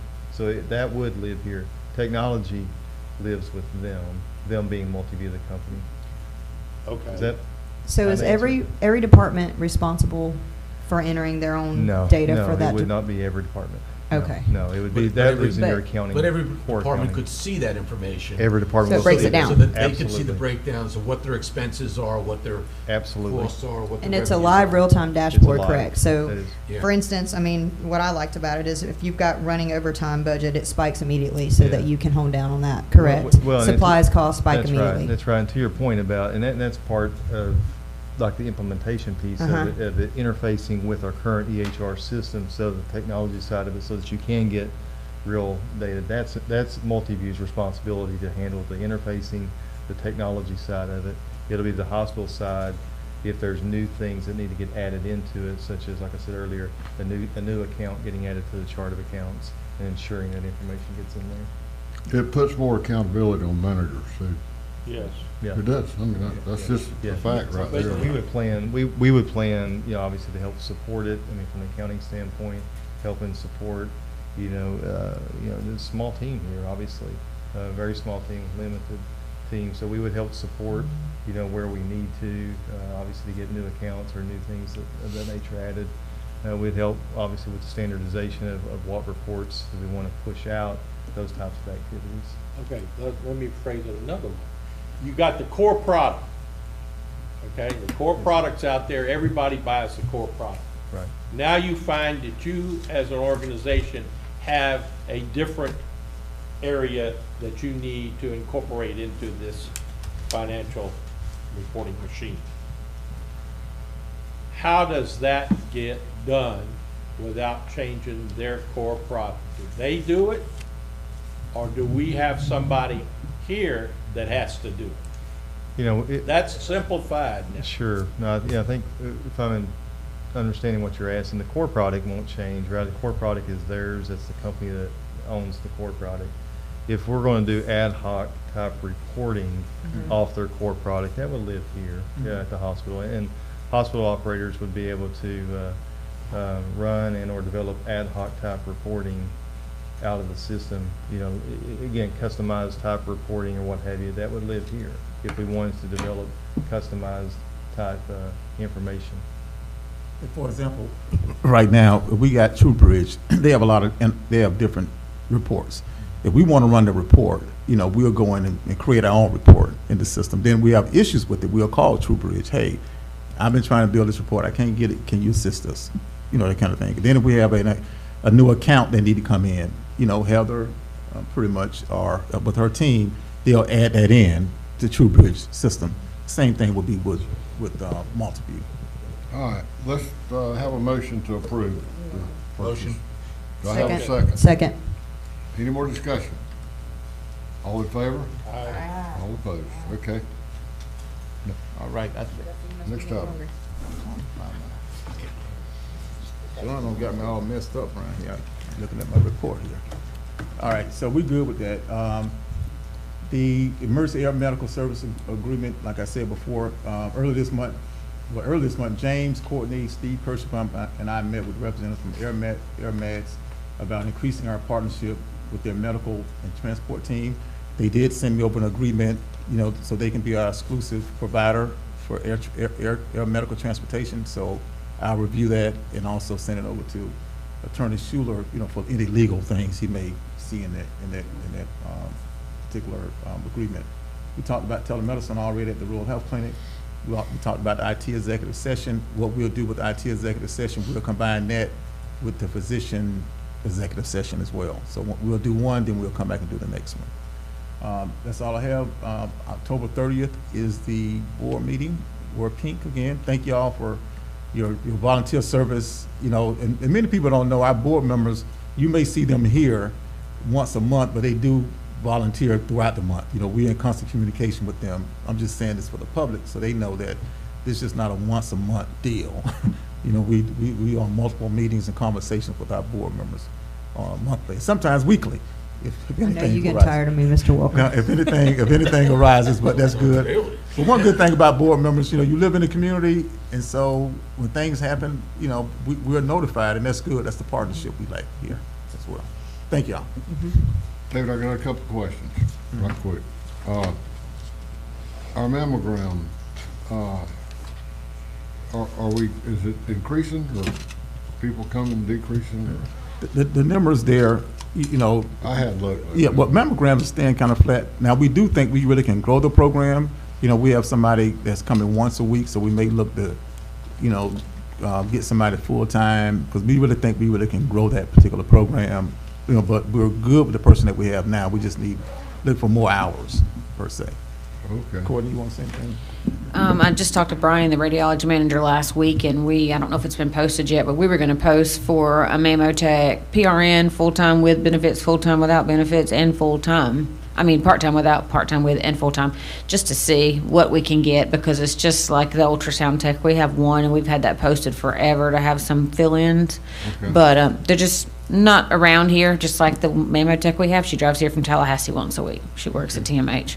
And TMH and Alliant helped us get her here, thankfully, so we can have the program up and running. So we're posting the positions. We're posting it in every avenue we can so that we can try to get somebody here. And if they want part-time with benefits, we'll try to make that work, just to try to get somebody else here. Well, But if somebody wanted to schedule to see them, you could get them in sometime. oh, yes, sir, no doubt about it. Do they need a doctor's order, Court, or can just anybody off? They'll Okay. need a doctor. Okay. Yep, but Amanda, our ultrasound tech, because she's there 5 days a week, she does all the scheduling for mammo and everything. So if we get an order, she calls them, she schedules, she She does a large part with the whole radiology department, but she's Nancy's right-hand girl as far as mammo goes, because she's available more. Have we, another thing I think I asked, have we looked at if there's a need for the bone density? The DEX machine. DEX machine. Yeah, DEXA.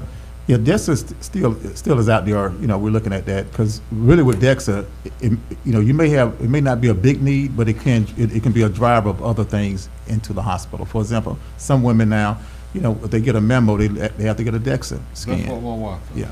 Yeah. So that's what that's still something. Let's look at that and see if I don't know if we got the room to do it. Yeah, but we don't have no room to do it. But I was gonna put it in with the ultrasound people, and they like, hold up, Mr. Walker, you know, it ain't gonna fit. So we got to try to. Okay. We got to kick somebody else out the office. What are we doing with that old CT trailer? Yeah, we'll kick. Getting rid of it. We'll kick somebody out the office.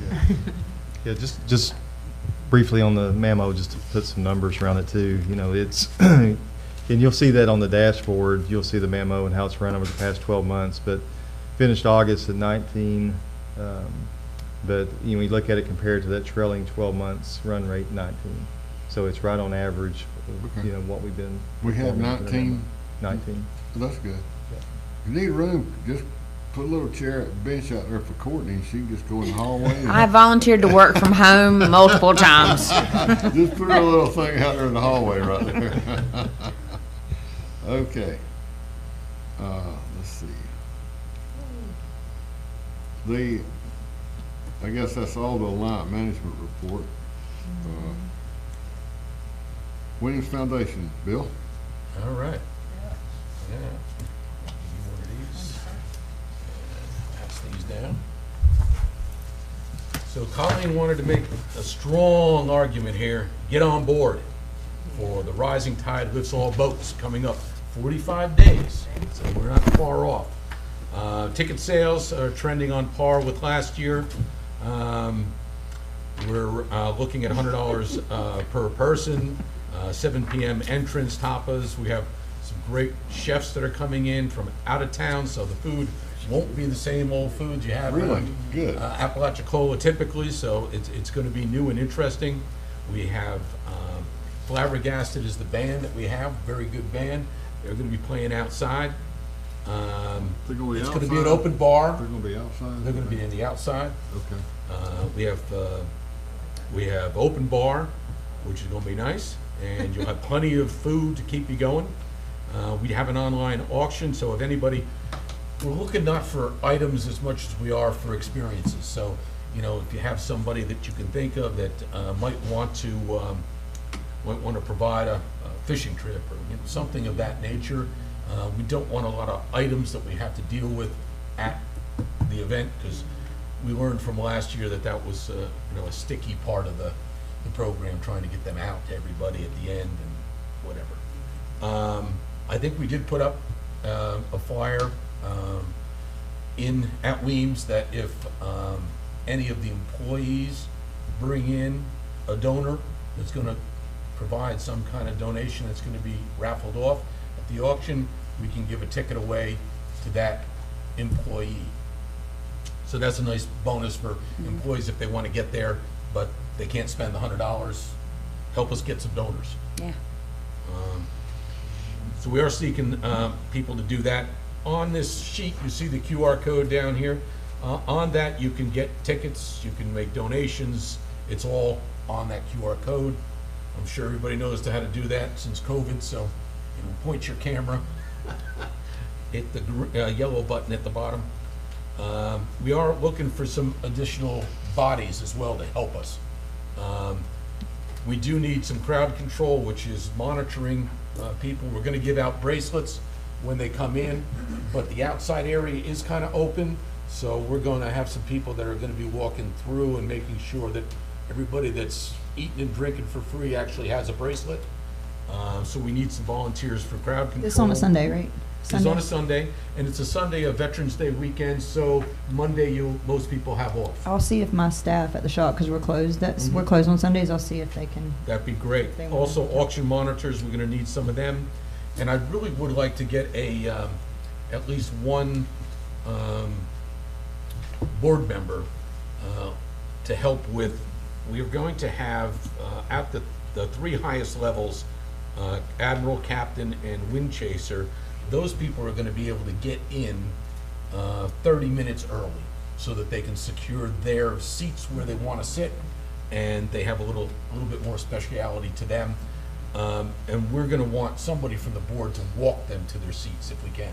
I think that would be really nice. Yeah. To give them that little extra touch. These are the tables you can choose from. We're gonna give them a little place card that they can put the place card on their seat area. They don't have to throw their jacket or their purse or something down. They have a little place card, and I think that's gonna be nice, and if we can walk them to those special areas, that would be great. They give that much money, guys. Yeah, and we did add another level here, Admiral's level.